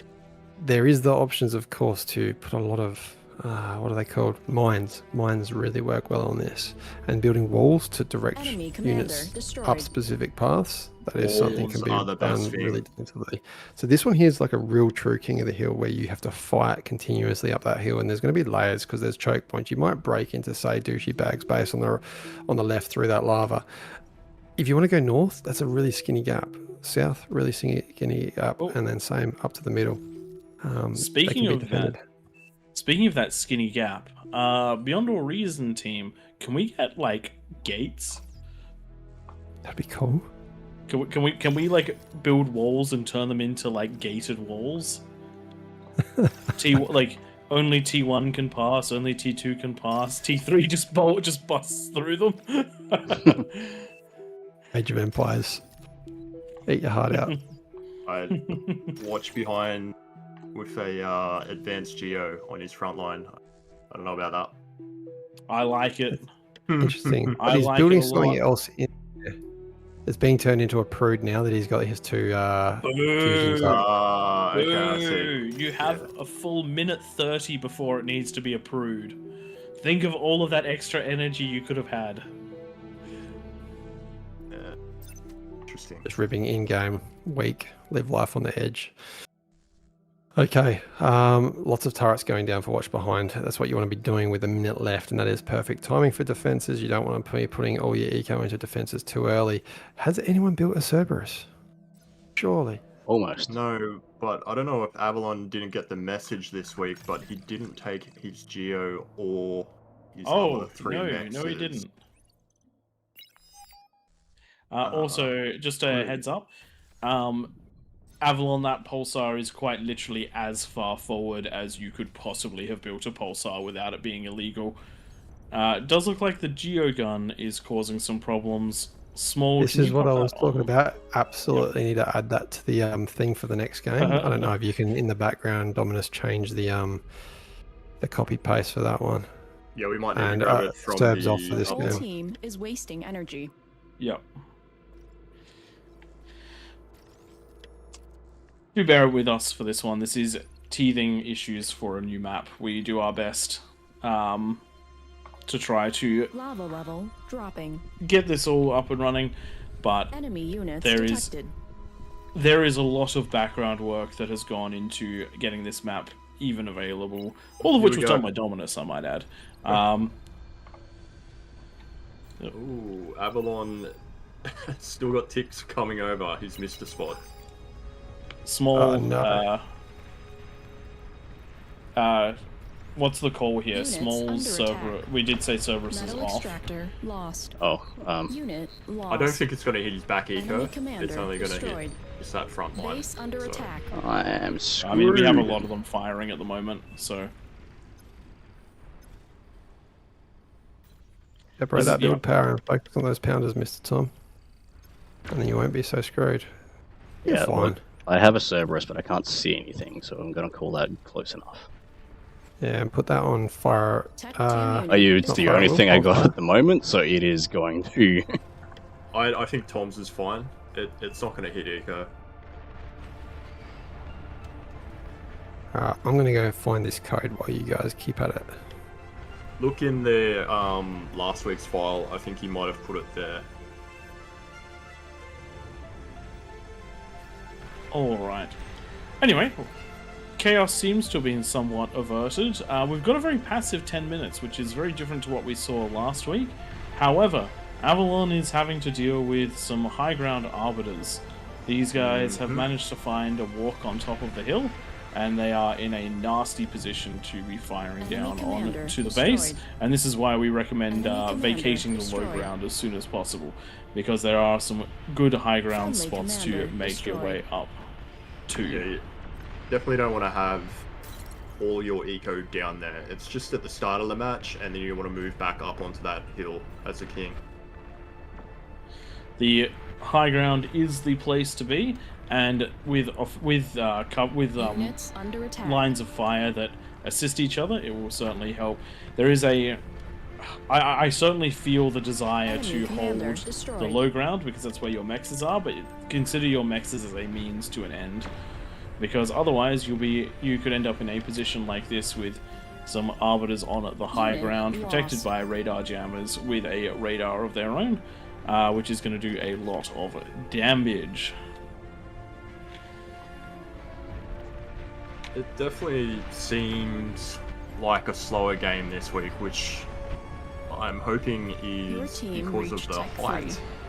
and that the Kings have a bit more of an Oh, advantage goddamn. with the eco. Base under attack. Peasants, there's definitely lanes that did come in well. Other lanes just are struggling Oh, to... no. Struggling to Unit really like received. keep up with the eco advantage that the peasants got. Tom still has that Cerberus on fire at will. So one thing Try about that. this map is that the peasants actually have 2.9 and 3.0 mexes, which is actually nearly double what it is on Raptor Craters. They're, I think, 1.8, 1.9. Enemy commander destroyed. So they actually have a lot more eco on this map and a lot of reclaim. And I think that's why we see the peasants get so big so quick compared to other maps. The eco difference, we're at just after 10 minutes, 14 minutes, and the peasants are only slightly ahead on eco. Metal per second without the reclaim. It's almost neck and neck, in fact. So That's a good sign then. Stealthy units detected. usually we expect to see about 70% advantage of the peasants at this stage of the game. Maybe we've stuffed up the eco bonus given the given all the mishaps we had at the start. Well, I think the Kings really need it this week because they got absolutely flogged last week. And at least this way we're going to see how this map holds up and what each lane can do without the Kings just getting walked over. We're in... Unit lost. How do you say his name? In the top right, Junk. Stealthy units He's having a hard detected. time, but he's about to get some assistance from Duffy. Duffy's managed to get Enemy very deep commander in the destroyed. middle. That's Yeah, probably so where a for lot you- of the eco is coming from. In the previous games, the middle of the player in the middle of the map had to go into units immediately because so many lanes got pushed in at 10 minutes. At this point, all of the lanes are holding except for the top right.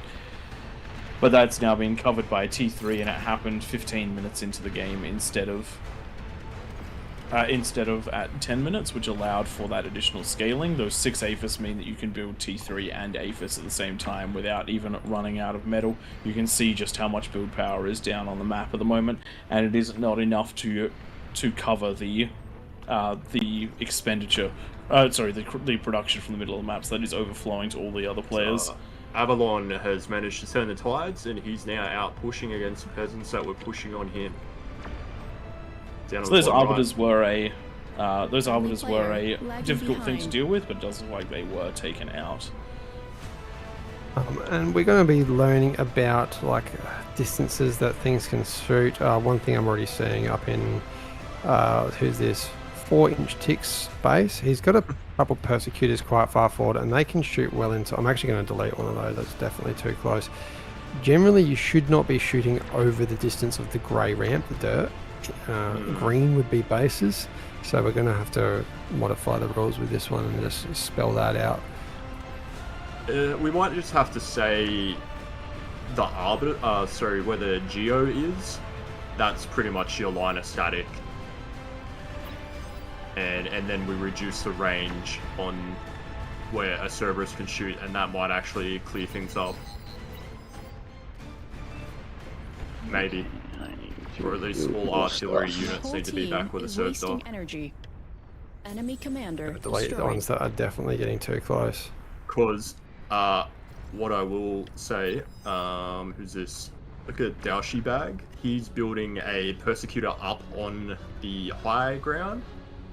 They are going to be able to shoot Friendly over the commander mountain, and I destroyed. have had one a little bit Where's closer Daoshi Bag? Overflowing metal. on the left of the map. Yep. You look at the range of that. If you had that a little bit further forward, it would just be hitting where kind of Tom Ruler is now. Yeah. 9 o'clock.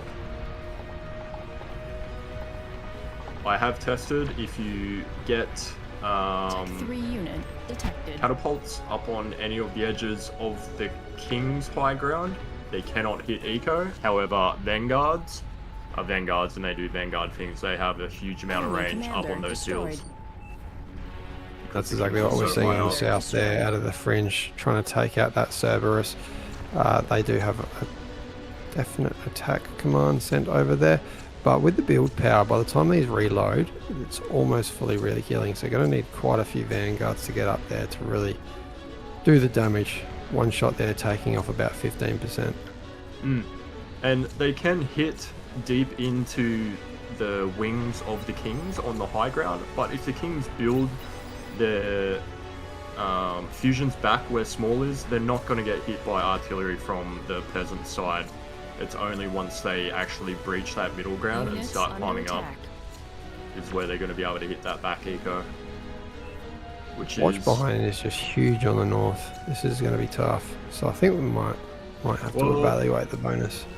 Kings have not pushed out hard, peasants haven't pushed in a lot. Everyone's had a lot of time to scale. The Emre up there's already got 3 Aphis, and he's pushing out with vanguards, so he might be able to do something there with the nuke. Problem is vanguards don't beat ticks, but what this map has, I'm going to keep using this F6 command, you can see there's very limited ramps that you can actually get to the outside. So similarly with it being hard to push into the Kings will find it hard to push out to the dry sea. That's right, the dry sea is quite protected. You can see the ticks were trying to get up to where that ramp is. There's only a couple of places where they can go over the rocks. So there's 8 spots, or there are a couple of small ramps that just are, I suppose, deformations that allow pathing, but there's 8 specifically. Pawns have normal found ramps. it up on Yeah, 12 there you o'clock. go. That's one spot.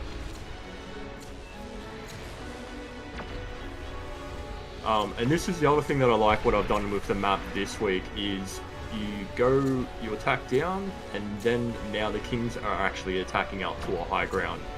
The dry sea is now higher than the middle of the map. So that gives the peasants a defender's advantage, and they shouldn't get rolled over too quick out in the dry seas. Big push out of Duffy on the south, going with a whole bunch of pawns. So at the time of which the Cerberus was wrecked, he's reacted quickly. Mazza similarly also sending Kargs up over the hills to take out all those vanguards, and their wrecks are up on the hill still. And now we've got a big push out of the middle. This is where the Kings are really going to start hurting, because that eco's at the stage where they're struggling to spend. You can see all those grey bars on the right hand side of the screen, most of them full. And if you have a look around the map and out in the dry sea, there is a lot of eco on these peasants, but as you would expect, none of them are building units. yeah, and you really need good T2 or T3 to combat a lot of the stuff that's coming out here. Like just snipers and spam will kill everything. Starlights as well will do quite well. Starlights will not do well. They'll stay up there and they'll never come down. Defensively, they'll be good. Yeah, it's a very bot and amphibious all-terrain vehicle map, and that's something I was kind of hoping to see, but I don't think we'll see peasants get in on this one. I guess it's a bit of trial and error. This is the first time this map has actually been played in this format.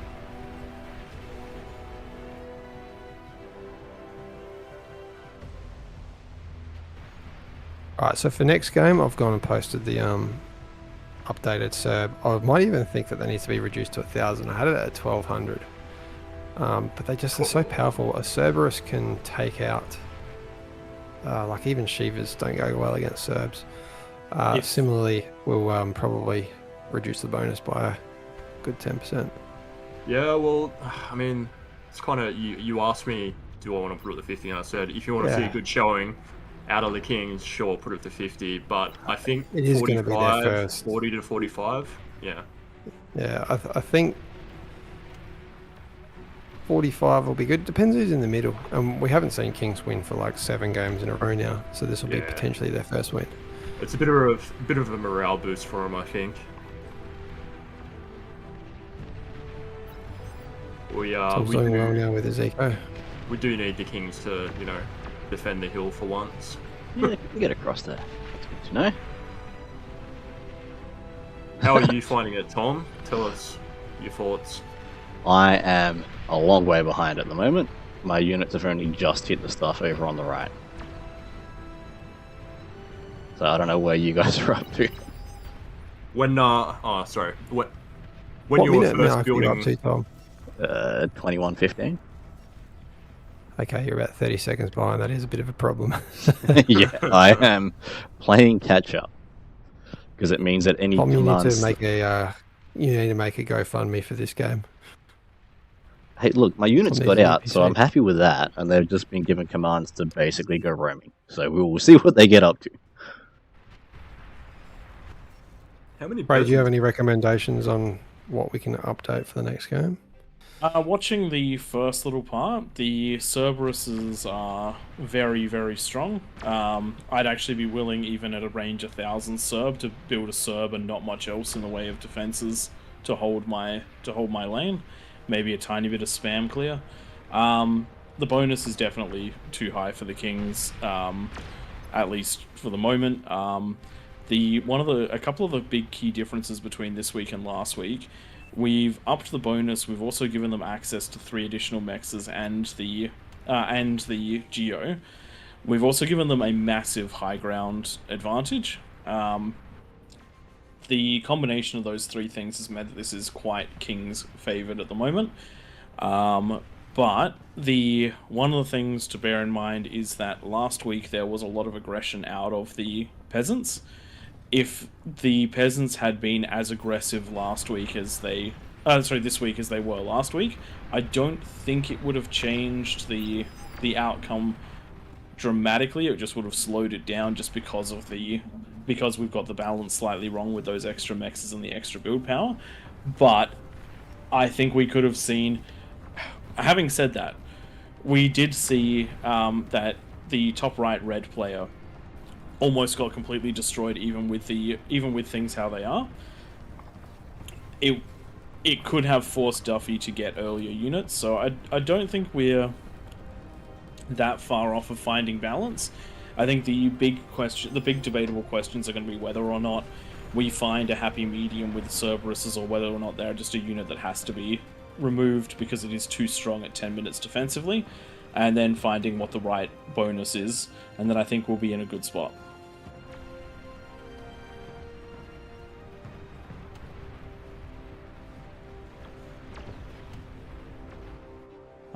Another thing which the peasants also really need to get used to, help isn't coming very quickly. We talked about it as the ability for the Kings to defend between those gaps. The peasants also have to navigate a long way between players, and help from the dry sea can only come in a few different places, which means that some of the defense timing, some of the unit responses, people need to be playing a little bit more preemptively than they have been before. So we'll see how the meta evolves on this one. I think Karganeths are going to be absolutely huge, because a lot of the low ground peasants become very susceptible to Karganeths and spiders. I also think that they have some great opportunities to hold, both teams do, at these ramps. So we'll see how it goes. Yeah, I mean, over half, like all of the middle of the peasants have died, and they're only about 60k energy behind. They're about 1.5k metal, so like they've ecoed very big out in the seas. They just did not come online. Part of the problem with that is the ecos are quite large, but the map is huge, which means the ability to get the units to where usually it's the Kings that struggle to get the units where they need to go.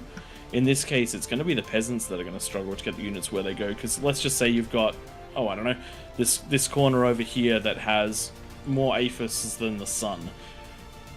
They can only get their units down away from one of the exits, so they have to go all the way across to the right and down, which is a considerable distance. I would probably say that is longer than the Kings going from one of the corners in Raptor Crater to this inner ring of the map, maybe.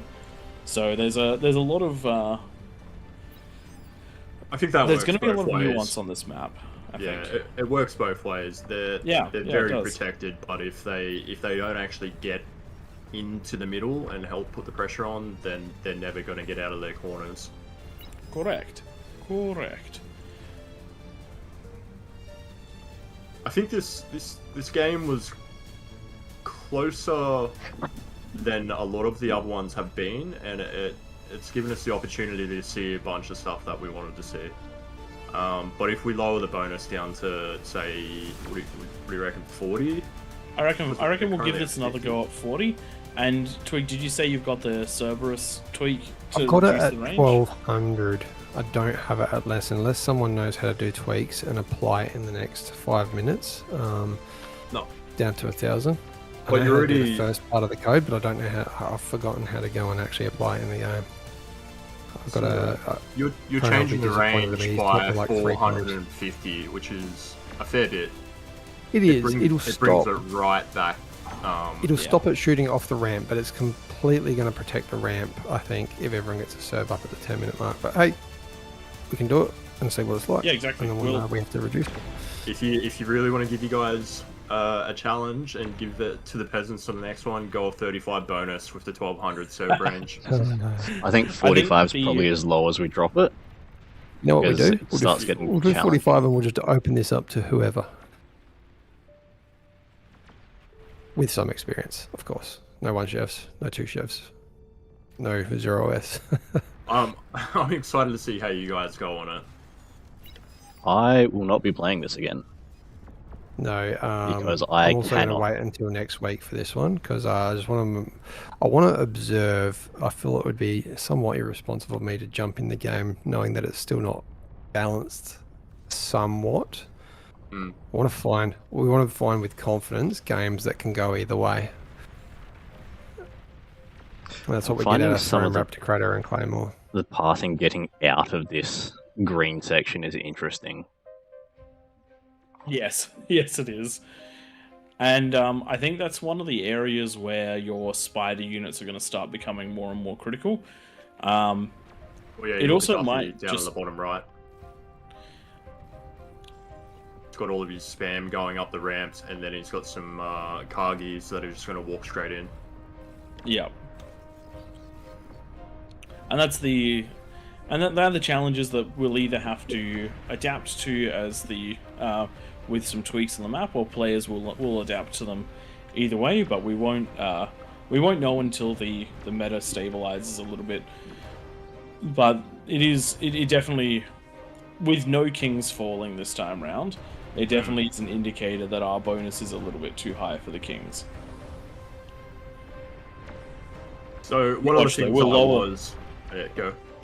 Sorry. You watch, we'll lower the bonus, and then next game, every peasant will attack at 10 minutes. Yeah. Yeah, I was not at a position to defend well at 10 minutes. If they hadn't run into all of my converters, they had free access to my base. And that was the same with Avalon's lane.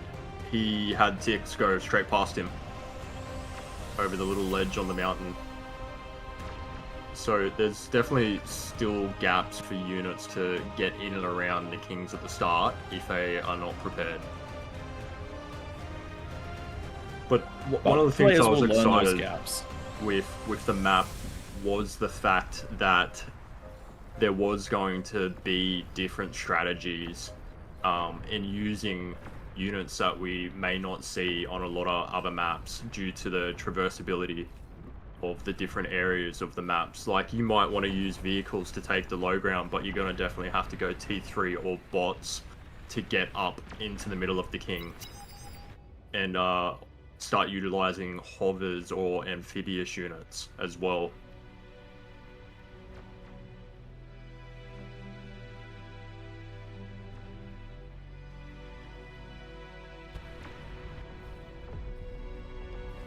It's definitely hard to balance games, isn't it?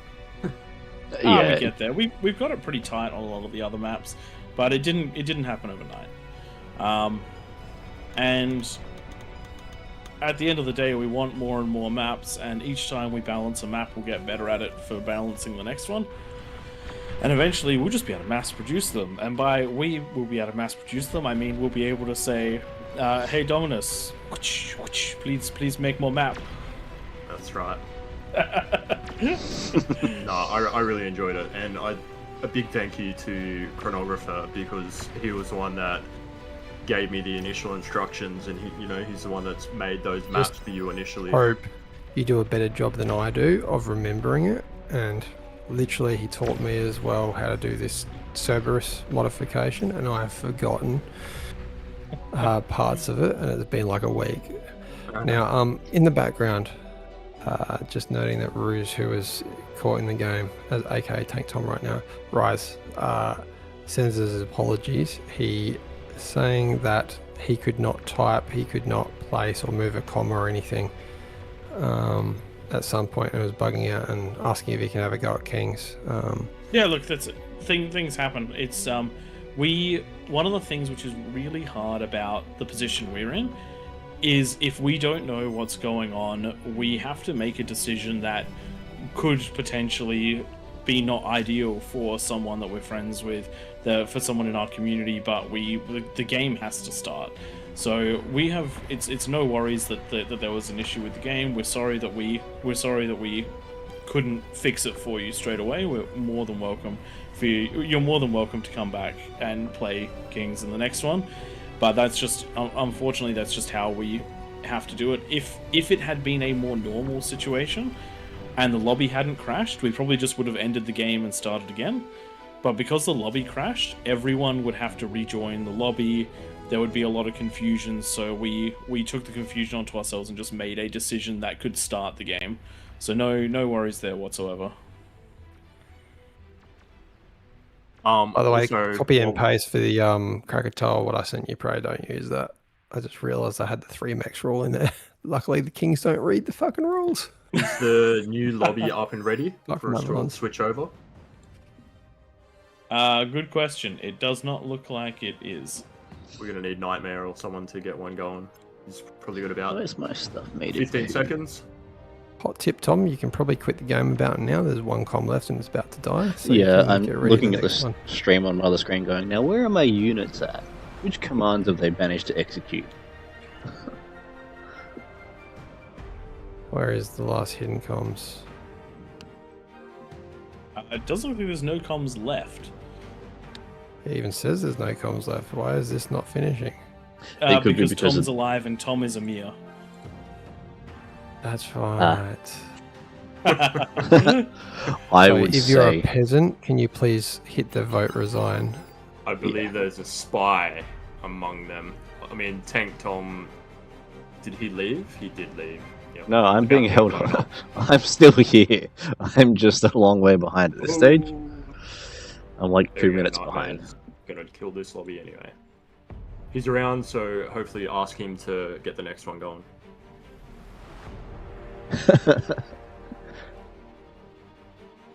Definitely made a hole. There we go. Which one are we Perfect. joining next? All right, ladies and gentlemen, a bit of chaos there. We'll try to make the next one a little bit more streamlined. Thanks for joining us, and and if you're watching this on YouTube, we'll catch you in the next one. If you're on the stream, here we go again. Hopefully we get a hassle-free game tonight. Never. Ah, We're trying a new map, which means, of course, things are going to be up in the air.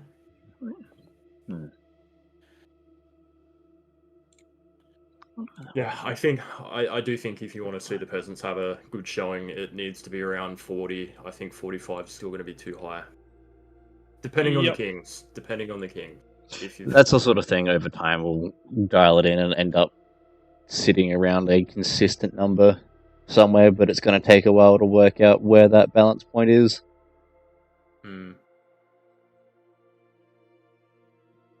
I just hope we get a good cast game so Prey's got something to upload for next week.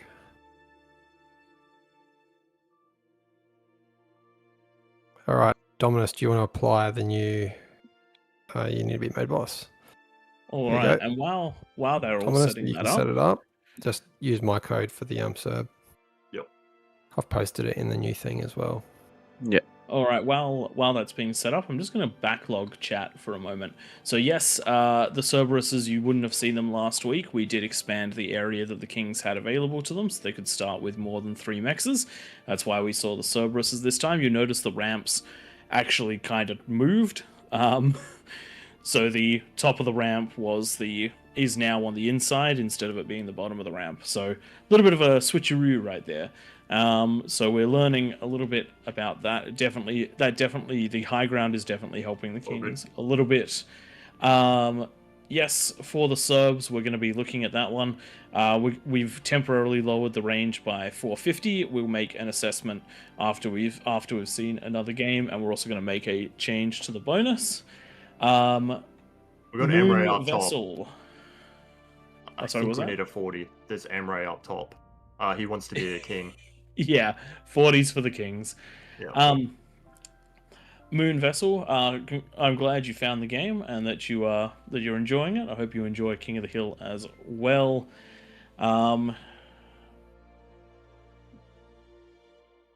Yes, J Frost. Last week we definitely had more strong players in the peasant side of things, much more aggressive. I'm just let me do the bonuses so that we can get the people that haven't been king yet. Okay. Yeah.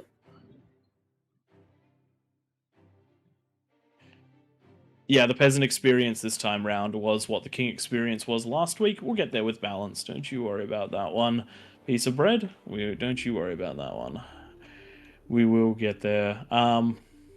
Yes, we did post the wrong rules. We've fixed that for this one. Tom the ruler.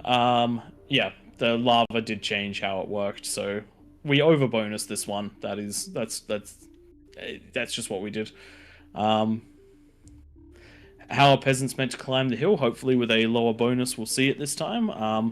And if that is a problem, then we will look at how we're doing the elevation, because it certainly is a hill to climb, but the amount of eco that the peasants have access to in this one is rather huge. So we're hoping it will balance out. We'll see.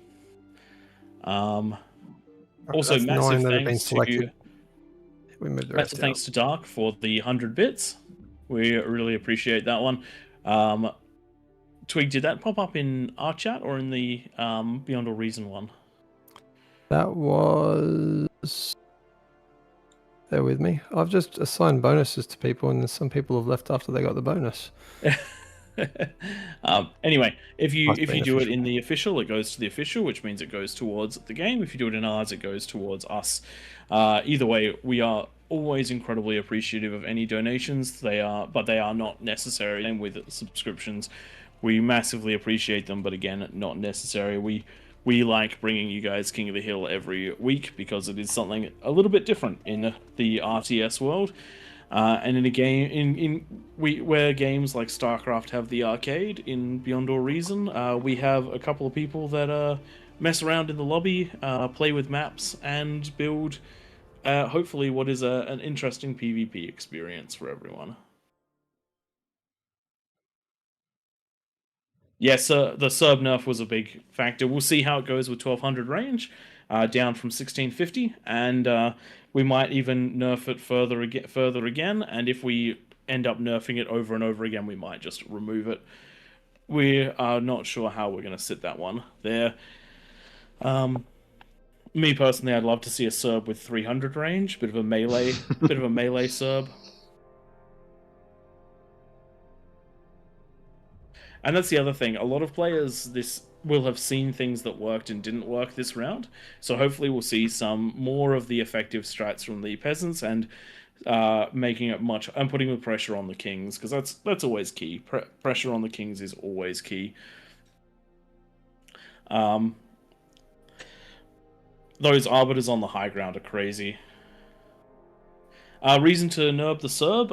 So there's a 10-minute no rush. There's a 10-minute no rush, and with the Cerberus up at 10 minutes, it was absolutely wrecking T1 units at a prolific rate, at a very extreme range. Made it hard for the peasants to stage, made it hard for the peasants to get up the hill. Our objective is not to make it hard to get up the hill. Our objective is to make it hard to get past the hill. It also could reach some of the base of the peasants, depending where the geo was located for a few lanes. Yep, so the Psycho, it takes a long time for the units to reach the inside. That is very true. And one of the things to do if you're outside of the circle is to build spider-typed units to get in. The other one is also preemptive reacting, but preemptive reacting is not always easy. I have a question for you, Dominus. Let's just say that the wall around the outside is too prohibitive it basically creates a staged game where every single game the inside falls before anyone touches the outside, realistically. Would it be possible to get those to level it out to allow for many more paths? Is that something that that map heights would allow us to do? You mean on the peasants cliff? Yeah, on the peasant side. So the where you reach the dry sea, one of the questions in chat was essentially that it's very hard to get units from out there inside to help defend and get from in there back outside. If that becomes too much of an issue, will we be able to make more entry and exit ways? Short answer, yes. Awesome. So yeah, we'll experiment around with it. Part of the idea at the moment is that the dry sea is a high ground for the peasants, and if that works, it works. If it doesn't, it doesn't.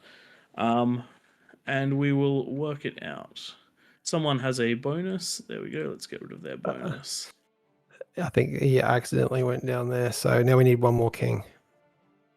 But yeah, we'll keep adjusting it, and we'll get it right over time.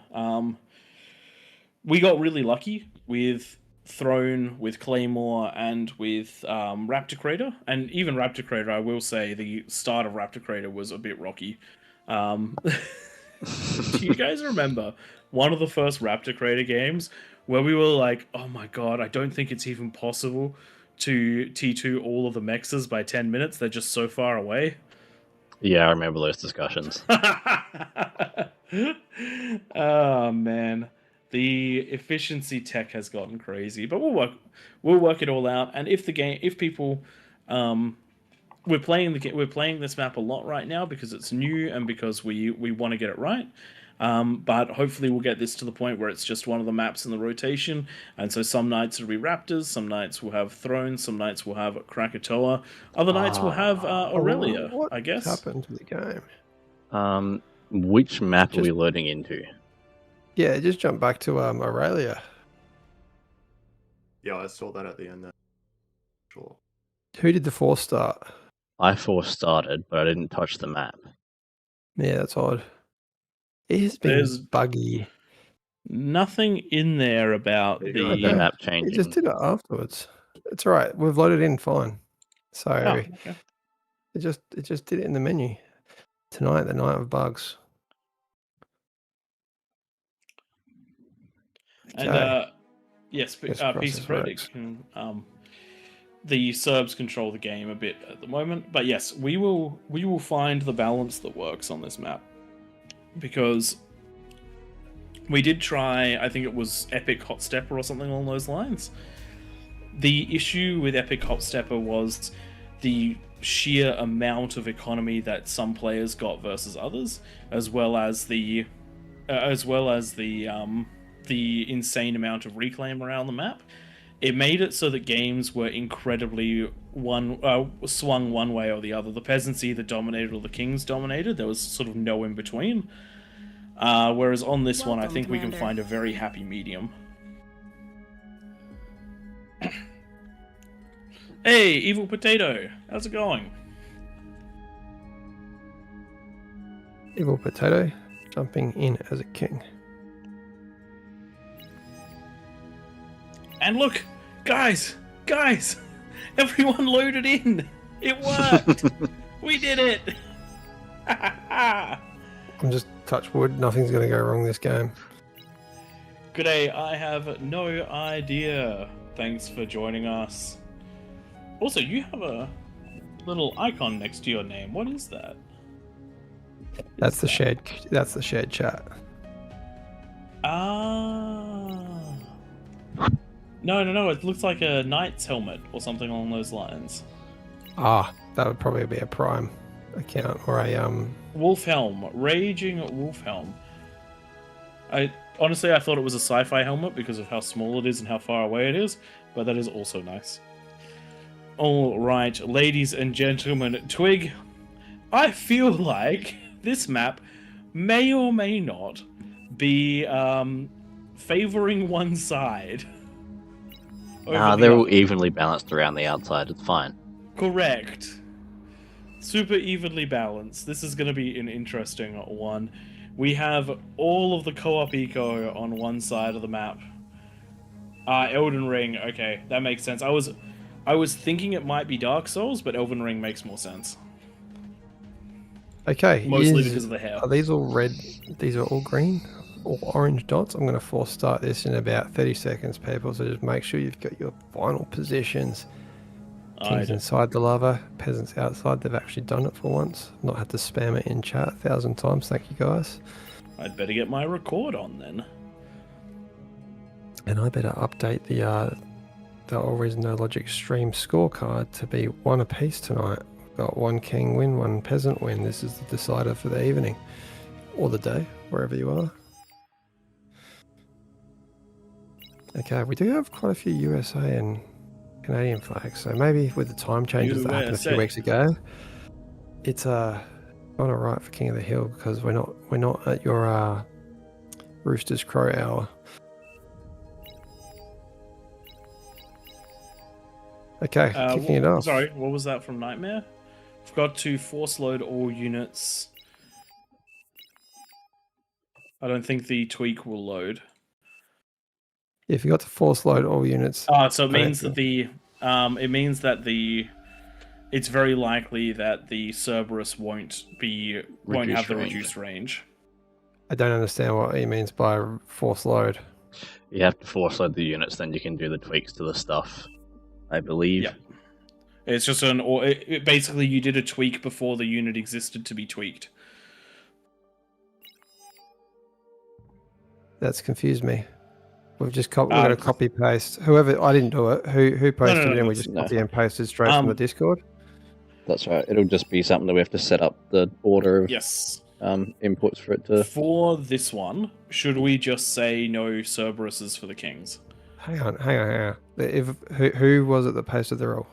So the thing was pasted correctly. There just wasn't an additional thing turned on beforehand. We tested it during the week. The exact copy paste that I put in, and it works. If someone copy pasted out of the Discord what I pasted in there, we're all good. I did. All right, then we might be all good. We'll see. Tested that out Thursday. Should be fine. I if not, from the comments, I did the map and everything else beforehand. Okay. So Chrono's just added into chat. The tweaks only won't work on units that aren't in the game by default, so you're good to go. It'll work because the Cerberus is in the game by default. Okay, I'm force starting. Too much deliberating.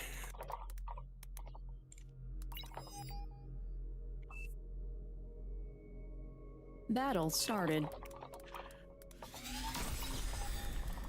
Good evening, ladies and gentlemen, and welcome to the lucky 43rd first attempt at playing Krakatoa with King of the Hill. You're joining me in the chat today. We have Dominus, Tank Tom, and Twig. Dominus, the magical editor of this map, who's made it into this wonderful King of the Hill variant. We do appreciate that one. In the middle, we have 9 strong kings with a plus 40% bonus, down at 10% from last time. And these guys are going to have plenty of access to metal with what looks to be 6 metal spots each, as well as a geo to get them started. Quite a high ramp for the peasants to ascend, but once they're up, they should have some free reign. Ladies and gentlemen, it's been a rough start to this map, but once we get it balanced, I think we're in for a good time. A couple of the little quirks to learn about this map to start with. In the dry seas around the outside, you'll notice these large ramps. These ramps are actually quite a long way away from the start of the players, which means that you're going to have to plan tactically if you want to make a difference in the game, because whilst you have the high ground and you can help defend from the high ground, in fact putting some defenses up here will probably do a really good job because they should range their way out to the bottom of the ramp. It does mean that you have to plan, because some of this cliff is traversable, some is not. It also means spiders are going to be the absolute name of the game. We were going to see a very vertical escalation in this map. Looking around the middle player has a very interesting start for this one. Watch Behind's taking this on. You have to go into, you have no mexes, but you do have the reclaimable rocks, and you go straight into those geo positions, which you will then turn into advanced geos and survive off of the conversion. We saw last game some very effective conversion, turning it into a super eco that rolled through in a couple of lanes, protecting the rest of the king. So we'll see how much behind it takes this one on. On the left side of the map, we do have a very large amount of co-op eco out of the peasants. They've seen some of the strats from last game, and I think they're going to be trying to use them to the best of their ability at this time round.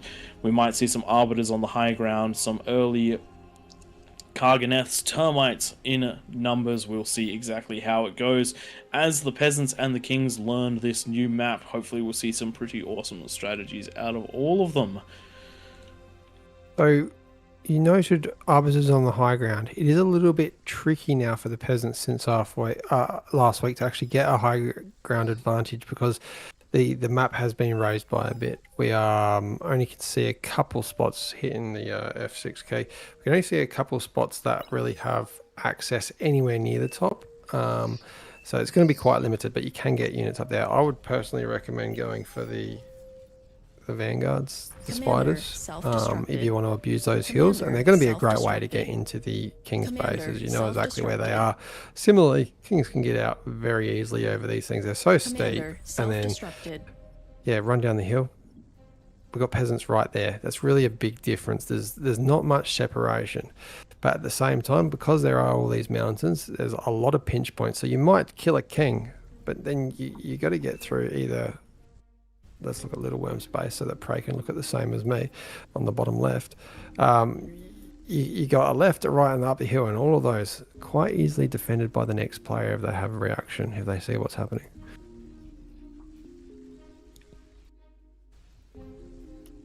Back in the middle, watch behind, going into their 4th geo, building their construction turrets so they all can reach every geo. That's really going to help going into the T2 phase, and focusing on tier 1 conversion for the best efficiency. These only cost 1 metal each. So and they're going to be returning, 1.4 metal per second. You have to really balance it out. So that you're not wasting any of that energy, because right now we're getting 1500 energy income, but only 1000 to 1200 spent. So got to get that just right for that perfect optimization, because if you miss even a single metal, you'll be behind.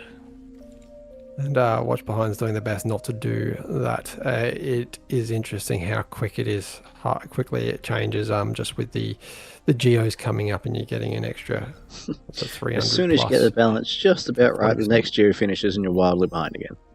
Yeah, do better. How is Duffy getting sent metal?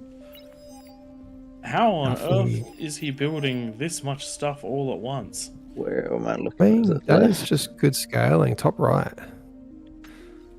That's some good scaling. I mean, does he have OP take anywhere else? That does happen sometimes when people leave the game, but no, that is all happening. 5 minutes in with 22 constructors. Yeah.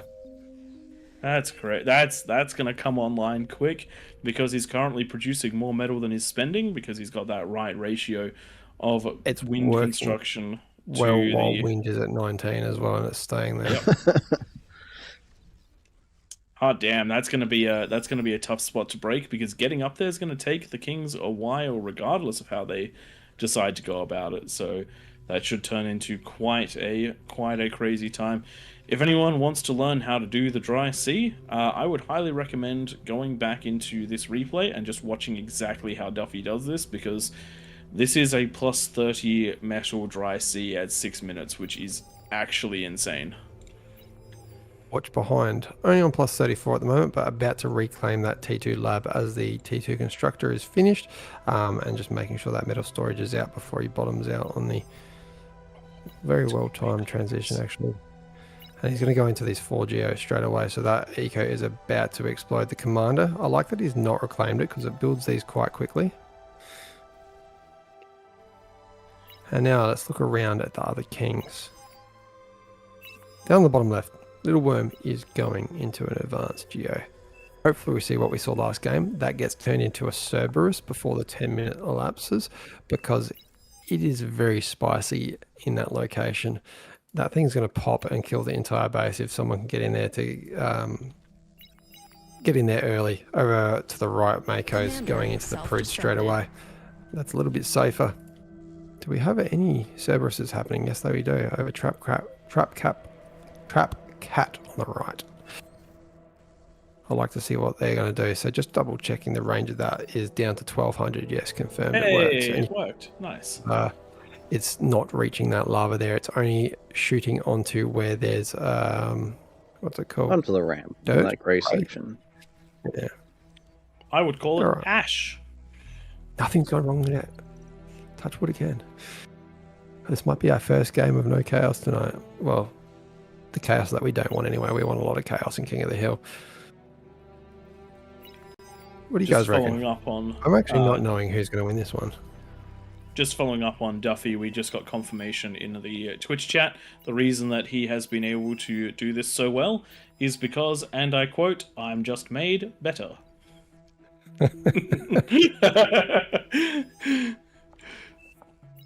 Oh, I like that. I like that. When you put time and effort into a game, it's nice to be recognized for it. And Duffy does do it well in King of the Hill. We've known him for quite a while, and he has been the reason why we've had to put a lot of rules down for these. And then also the reason that we've had to enforce a lot of these rules after putting these rules down. I think even Duffy has had a temporary ban. I think he's had more than one at this stage, hasn't he? Oh man, I like it though. It's someone who pushes us to the absolute bleeding edge and has made King of the Hill exactly how it is. Oh, we do have a little breach. That's all right. I'm going to quickly get my copy and paste and delete that. Sorry for not picking that up earlier. That's right. It only got walls as far as I'm aware. Only did damage to walls, so no problem whatsoever. And it does sound like that was a accidental as well. Sometimes you just put a Q out of habit, out of on the labs, and I think that's exactly what happened. lava is more of a visual effect when it's only this narrow. A few millimeters thick. I mean, even a tick might survive. I'm just going to post the rules in there again. No, I'm not, because the lobby every time tonight has crashed. Interesting. Let's return to the battle. All right, 30 seconds to go. Let's have a look at what is on the map. 230 units. That is not a lot of units for the 10-minute mark, especially when it's split between both players, and quite a lot of them are ticks. So we're going to see exactly what happens. Just remember, in the last week when the peasants absolutely dominated this map, it is because 3 to 5 lanes every single time were pushed like crazy. So we'll see what happens. First big attack is coming in on this bottom side. The ticks are getting slightly ahead of themselves and getting up the ramp and dying before the T2 gets in range. T2 having a bit of trouble shooting all the way up this cliff. Line of sight is somewhat blocked, so they're just not getting those shots off super well until they're already in range of something that they should outrange. So a little tough to get up this hill to start with. But hopefully they'll find what they need to get up there. And all the chip damage is going to add up over time anyway. On the left-hand side, we do have some spiders. They have decided that the best way to go about this is up the ramp. Normally you would see them going over a hill, but up the ramp is just fine too. Nearly got a comp, but did not. Got to remember to keep those comms nice and invisible. We do have some units that are trying to find their way into the base. Termites in the bottom of the map, making their way around. They have found themselves inside Mako's base. Unfortunately for them, not too much that they can hit out of the gate, just because of the way that it was set up, and Snipe is doing a good amount of damage to take them out. It does take 2 shots. So they are trying to escape and get onto the high ground. We'll see whether or not Watch Behind can react. We are seeing some Fiends coming up to do that reaction. On the top of the map, we do have a bigger attack that's coming in. T1's managed to punch into Schmitch's base, and we do have Termites coming over the hill to assist. If these guys can get to that advanced geo, that's going to be pop for most of the base. But with all this build power here, we're getting Scorpions being put down, which is a nice bit of help. But the T1 units have made their way all the way into the back of the base, and they are going for those fusions. This is going to set Schmitch back quite a lot. Big difference we're seeing tonight compared to the previous games is only 2 of the Kings, apart from Watch Behind, have built up on the hill. So it is very smart to go and build a secondary base, just send 1 constructor up there at about the 3 or 4 minute mark, and just put it on a build queue ready to get the build power down and get the fusions up on the hill. And then if that had happened for Schmitch, it'd be going very well right now. These low ground positions are a little bit of a trap, in my opinion, because they're so mineral rich and so metal rich. It's so easy to think that you can stay here, but as you can see, it doesn't take too much to get into the base if it's done right, but it has held, so that is good for the Kings. Watch Behind sending across units as well to help. Similarly, Emre is doing the same thing. I wouldn't be surprised if in the future we see a bit more of a little meta of the center commander sending out a constructor to each of the other Kings, and just, or ones that just don't do it themselves. Just go and put a repeat command on for like wind and conversion. And maybe some build power, just so they've got a backup eco, because it's so easy to kill that lower base if you can get up over the hills or even just breach that front line. Things have settled at the moment, and probably the biggest breaches are happening on the left from Evil to Potato, and then on the top right, Emre is pushing over that first hill, but he's going to meet spiders with spiders. So let's keep our eye on this left here. That's where these other spiders are very prevalent right now. The Kings have definitely stopped the spider pushes with more spiders. It's almost like the spider push is very expected on a map that's full of walls. And the one thing I saw when we were testing this out originally, and it was in the I suppose opposite time zone, like few hours from now, so a lot of players that don't usually play Koth, is a lot more people actually did build towers along these hills. I don't know what that is. Maybe people from that side of the world just are a bit defensive. Okay. Some good use of D-guns here over in this left side, clearing out a whole bunch of those spiders that the Kings are pushing over the top of that hill.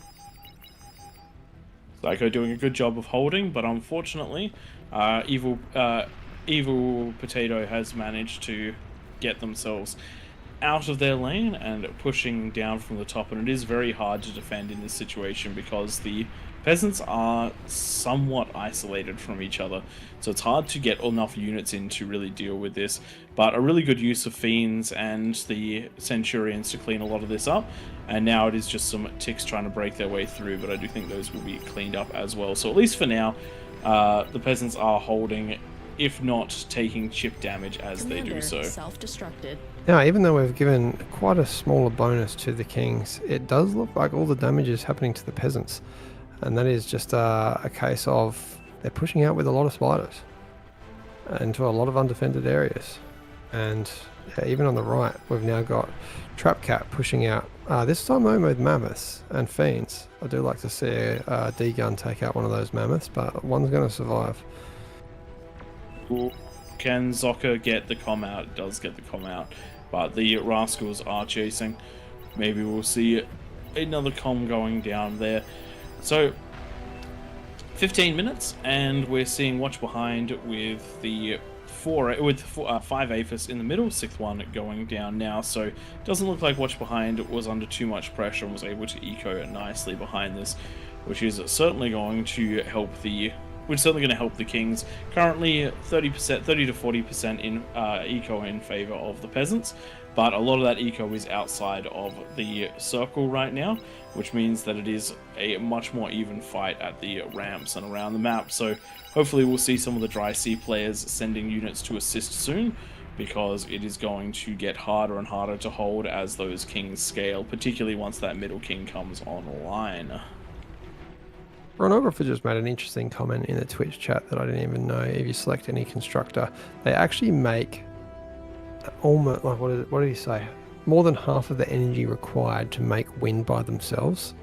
Something I did not know. So +7 energy per second, plus you're going to get the bonus as well. So it's about 10 energy per second. Just having a constructor, just having it sit there. Do you have a ghost trying to find its way into the middle of the map? No dice there. I kind of wish that it was a scuttle. That would have been a very scary scuttle, but it has not eventuated. Still, I like the attempt.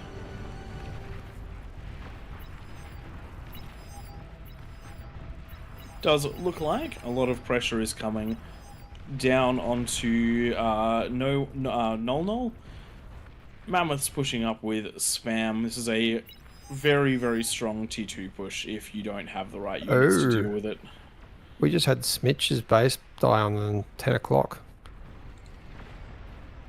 So that was Arbiters taking out the advanced geo. This is why you do not do an advanced geo.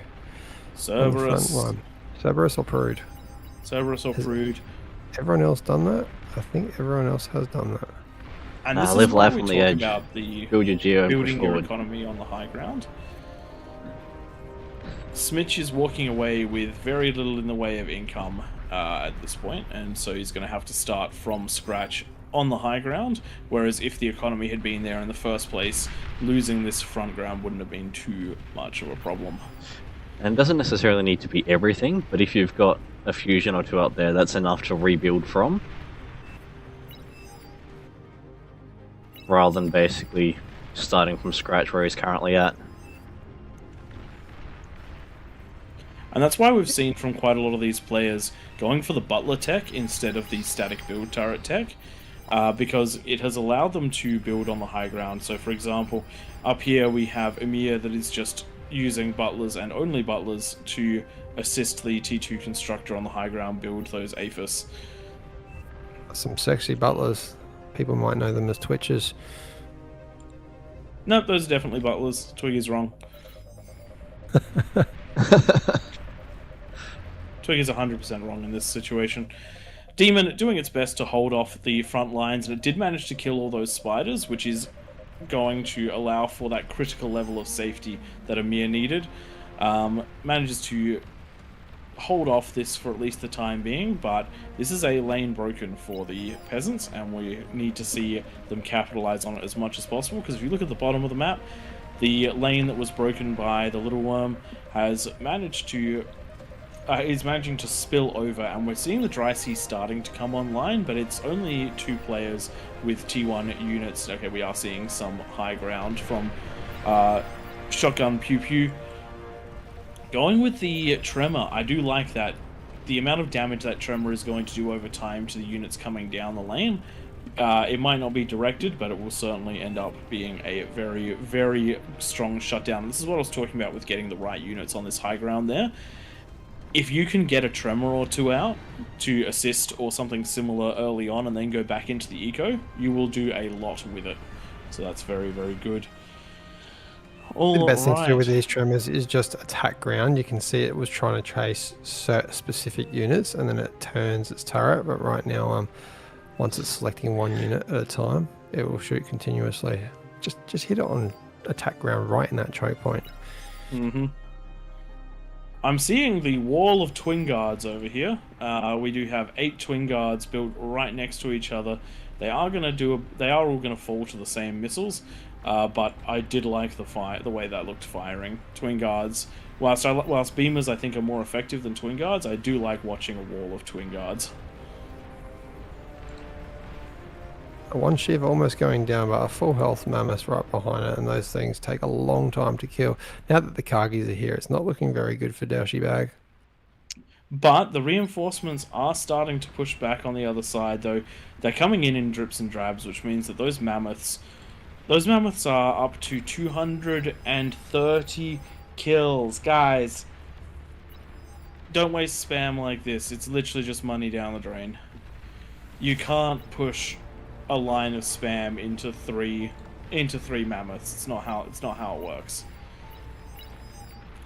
Dash, you're getting a single D-gun off before the comm goes down, but the comm explosion in a good position to take quite a lot of those T3 units. Nicely done there. Psycho coming in to try and take out the rest and manages to get the last of the T3 units, but not the Mammoth. It is now Mammoth versus Mammoth, but with plenty of spam coming in. This is going to be rough for Lanraiden and those who have helped him. So we'll see how much longer this little section runs for. We are getting some over-the-hill attacks coming out of Stinson in the bottom right-hand side, trying to take on Tom the Ruler. Tom the Ruler is reacting with Twin Guards, and we also have some Pitbulls in decent positions for this. They're not going to be able to walk through, and this is why you want that defense line to be quite wide. On the top side of the map, it does look like I Kill You for Fun has had a good time I Killing You for Fun, the position above him. Out there with the bull tech. Usually we see bulls out of Tank Tom, but in this case being used to great effect to start rolling around. And this is what I was talking about when I said that it takes a while to react. The top of the map is trying to react to this, but the units are only just getting there now, and it's only a handful of Jags as well, so we're going to need to see the Dry Sea come online in a really big way. Economy's still in favor of the peasants just by a fraction. Oh, no, actually, it's in favor of the kings by a fraction now. So the middle of the map has evolved quite a lot, and this is one of the risks of not helping your frontline players as the kings without pushing into many locations. The kings really do have a great staging place for this map. I have to say that it is a very powerful king side. A lot of names here that aren't usually around for King of the Hill on a regular basis, some that are, but the fact is these guys are all like high 20s minimum in OS up against a lot of peasants. I mean, there are a lot of peasants. There's still 63 enemies for them, 41 commanders on the peasant side, but these guys in the middle are experienced. They know the right answers to just about everything, so it is not looking great for peasants right now. No, the outer ring is starting to really take some damage now. Emir has absolutely crushed up his ramp, and now the Karganeths are walking straight up into the high ground above, and the amount of resistance they're running into is 2 Sheldons. It's probably not going to be quite enough to stop. It's not going to be quite enough to stop 16 Karganeths. Those guys are going to have a bit of trouble stopping those. Com getting 2 D-guns off, bringing it down to 14, now 13, but I think that's going to be the last of them for that com, maybe? No, has managed to get invisible again? No, that's it. Players in the corners really need to start coming off. We do have Duffy with the super economy over here, 17 APHIS, and rolling some units out there, but if these units don't get stopped before too many economies are destroyed, it's going to turn into a big problem. Now, my question for you guys is, can the peasants turn this around from here? Because there is a solution. There is a solution. Do tell. Just is it I a don't final want to say solution? it in case there is a solution, I feel, but there are a couple peasant bases that can afford the vanguards. There's a lot of lack of shields, and I hate to say it out loud because I can probably guess there's going to be shields that come up. If some of the peasants went into vanguards enough to go up on those hills and just shoot down and take out an entrance.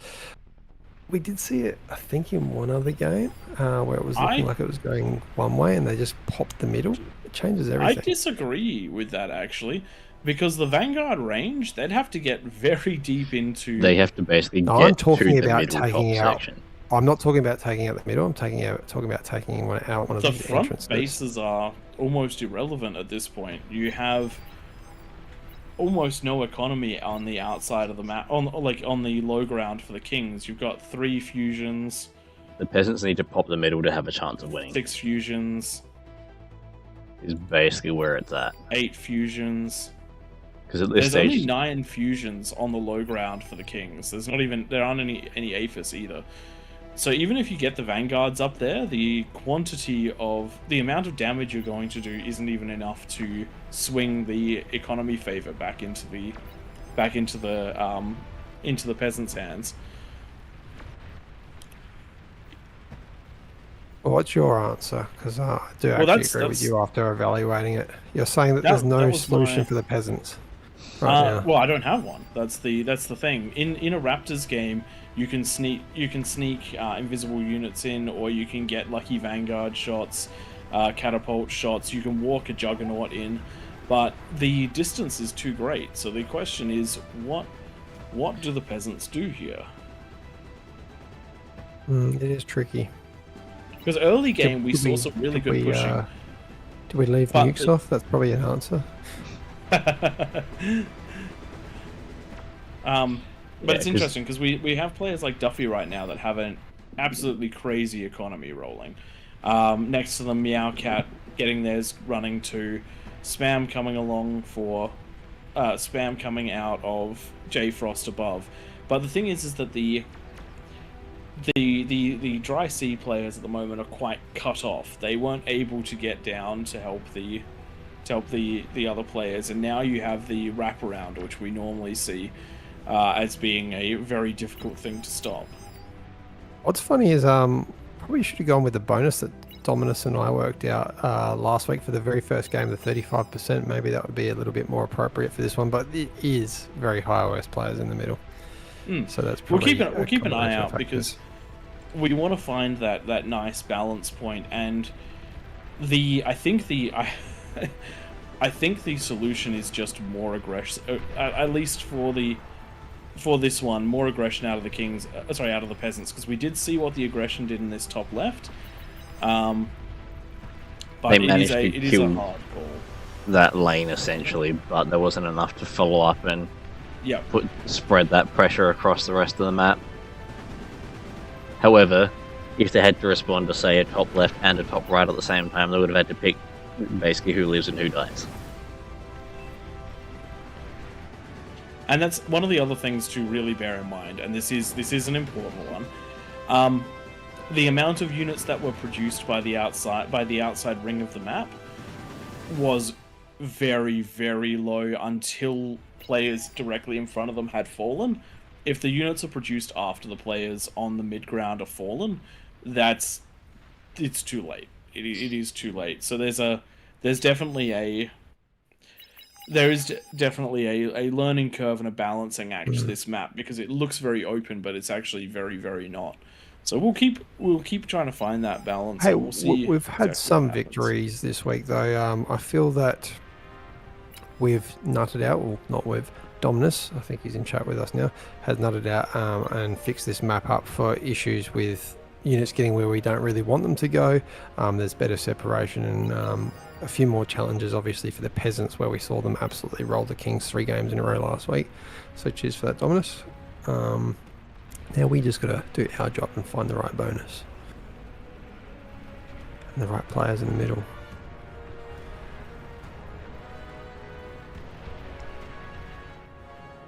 It's looking nasty on the bottom right. These guys are not accepting fate yet, but they're also 160% behind on eco.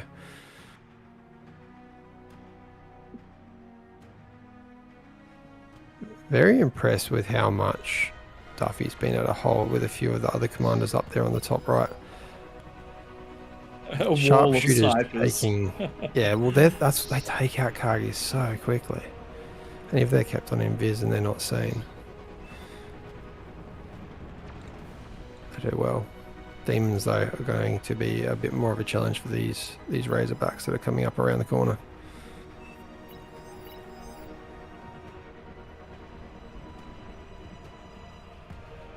I'm nervous where he's got this base. If it was right in the back corner, it'd be alright. But if a Kargi gets over an edge, it's a struggle. Oh man, one Trap Cat's gotten one demon into the base. It's gonna be enough. That's enough. Oh. Demons have so much damage. That's awesome. What are we thinking about the Serb? do we reduce it again? And it was only used in a couple lanes. I would like to see the Serb with a 600 range. 600 is tiny. That's like Yes. less than a Sheldon. Yes. I want it to not outrange the Sheldons. T1 What is a defense Sheldon? Who's got a only. Sheldon? I want to see if there's a Sheldon anywhere so I can see what the range is. I can't remember. You know what? Equal range to the Sheldon. I think that's fair. Range is 750, I 900 on reckon, a from memory. sharpshooter. Oh, Step. what is it? Sheldons. Someone build a Sheldon. Axolotl, I found your message. Thank you very much.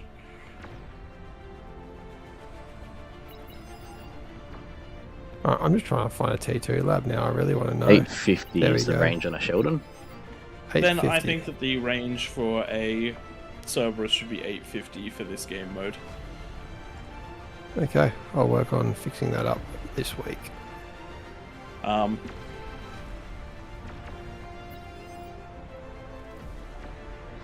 mean, the easy answer is just going to be build arbiters. I mean, Or yeah, ambassadors. 100%. So the reason that I think that that's a decent amount is because it will help with early game rushes, but it shouldn't be too impactful for most other things. So we'll try and find that right little bit of balance, essentially. I'm feeling like this is going to turn into the Kings versus Duffy. Has just a huge amount of units around his base, just completely defending. But demons are pushing up a lot, and they're in a continuous stream now. Emre has 3 T3 labs on repeat, and we've got the Juggernauts as the next units in the queue as well. So by the time they get out there, it's going to be a real big problem. There we go. We've got the catapults now to outrange the snipers, and the Kargis starting to try and find their way in. We've actually seen this before, a wall of Duffy pulsars versus Emery catapults. This did happen on Epic Hot Stepper before. Very interesting. One demon making its way into the back. Small is doing something that he should not be doing right now. Sorry, Duffy's base. Nearly got a jug into Duffy's base. Baby Elvis saving Duffy, but the damage is done. A lot of the snipers are dead, and the Kargis are coming up in force now. What was your thing, Twig? Oh, there was a single demon in the back. It somehow died though, so I don't know what's happened there in the world of the mod gods. I think they want to see what happens on the front line. They want to see the pulses versus Karganeth. Who's going to be the victor? I mean, it's going to be the Karganeth. There's so many Karganeths. And that frontline Aphis has taken out the build power as well as a lot of the conversion for Duffy. Another Juggernaut coming in on the right hand side. No control D, which means that the explosion is only limited, but it is enough to chain react. Or Duffy control D'd. I think Duffy might have control D'd. I think so. You can't take me alive, he says in game. And the res bots down the bottom right have been spelled out into the capital letters GG.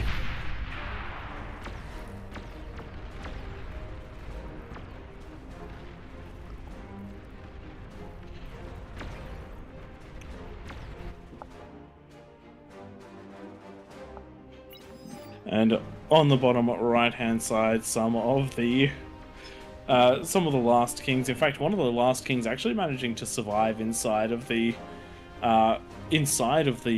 ring, coming to an end over here.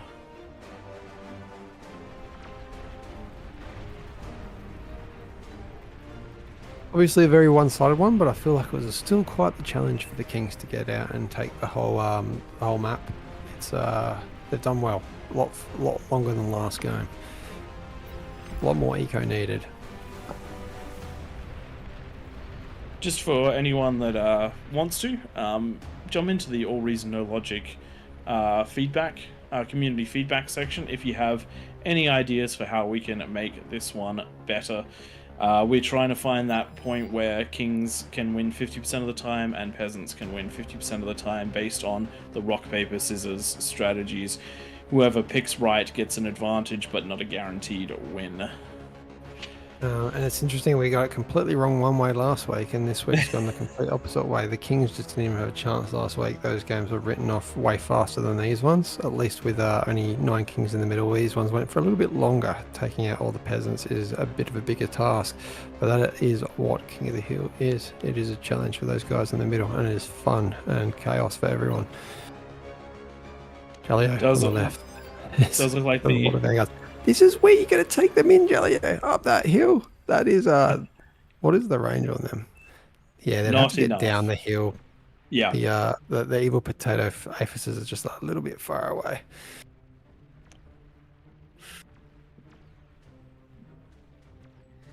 And that is pretty much the rest of the map.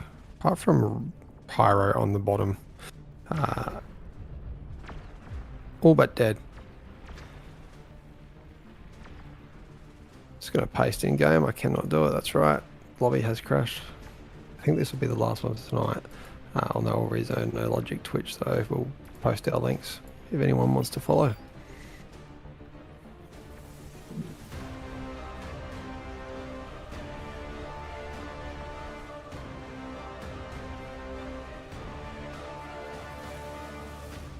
Alrighty. Well, it looks like there's no mass migration of units to the... Oh no, there is a mass migration of units to the top left. So we will hopefully see that getting taken out nice and soon.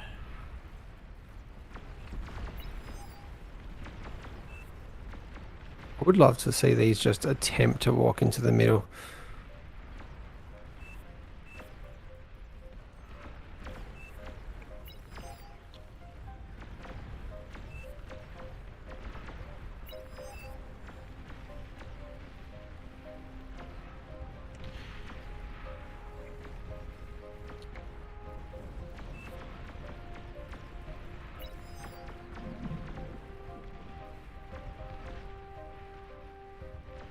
Jalio's comm nearly dying from... Jalio's comm got nuked by the friendly fire. Those ticks were never going to get anything done, but they actually managed to take out a comm. Very nice, very nice. Alright, it looks like the swarm of units is arriving momentarily. It does look like the middle of the map has gone with the spam route. I feel like a lot of that's going to suffer a lot of damage on the way in. I mean, Emre does have mass catapults, if only he pushed with them. Probably just waiting for those cargs. Actually, I want his commander to get in. That's exactly what he's going to do. He's going to get his commander in. That'd be hilarious.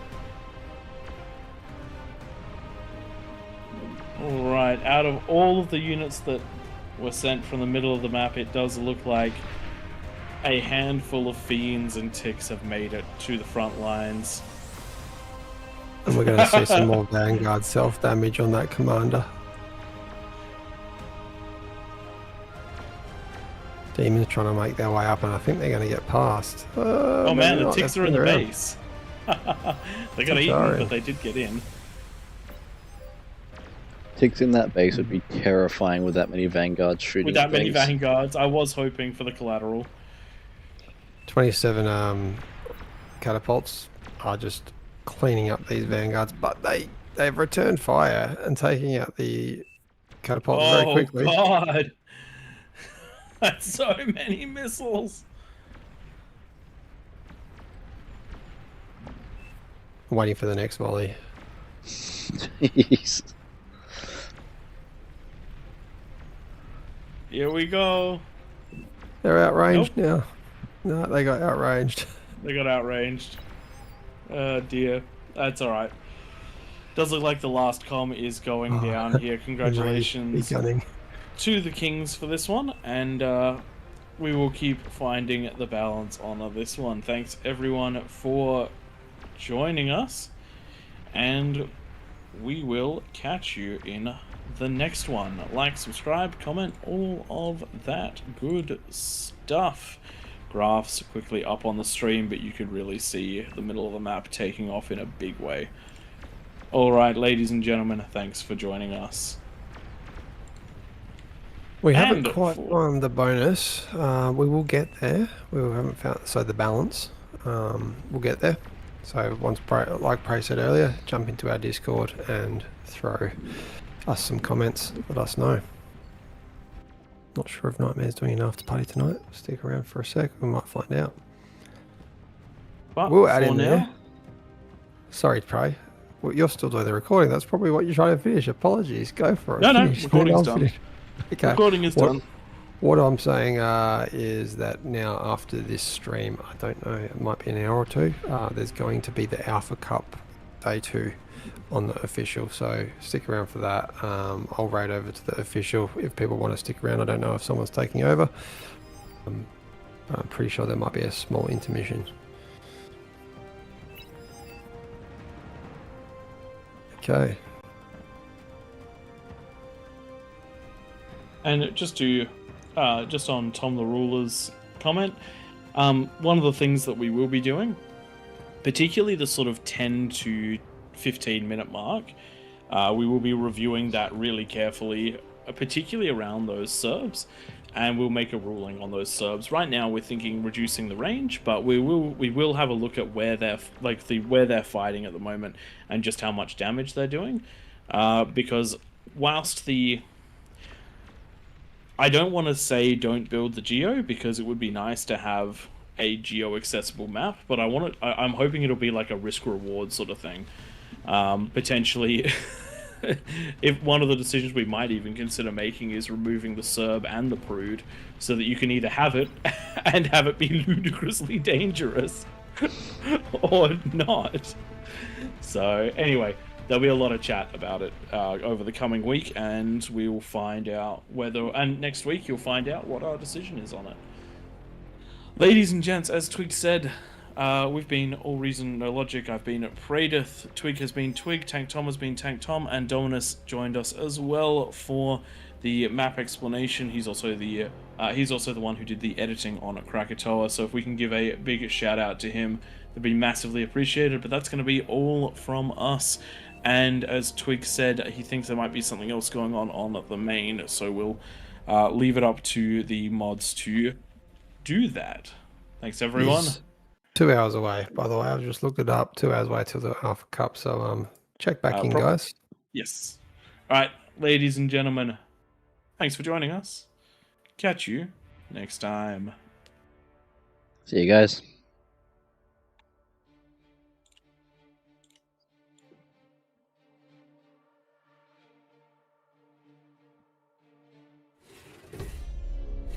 Beyond All Reason fans, welcome to King of the Hill by AllReasonNoLogic. Experience 2 or more teams facing off in epic scale warfare, where the Horde gang up on the Kings of the Hill. Kings start off with an economic bonus. They do their best to defend an onslaught after a no-rush timer expires. Test out your micro and defend against multiple players in variations of this game mode.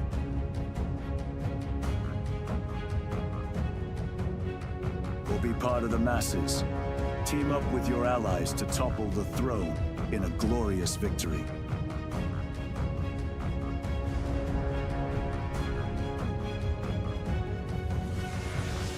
AllReasonNoLogic, hosting King of the Hill lobbies, most Sundays. Join our Discord to be part of the action.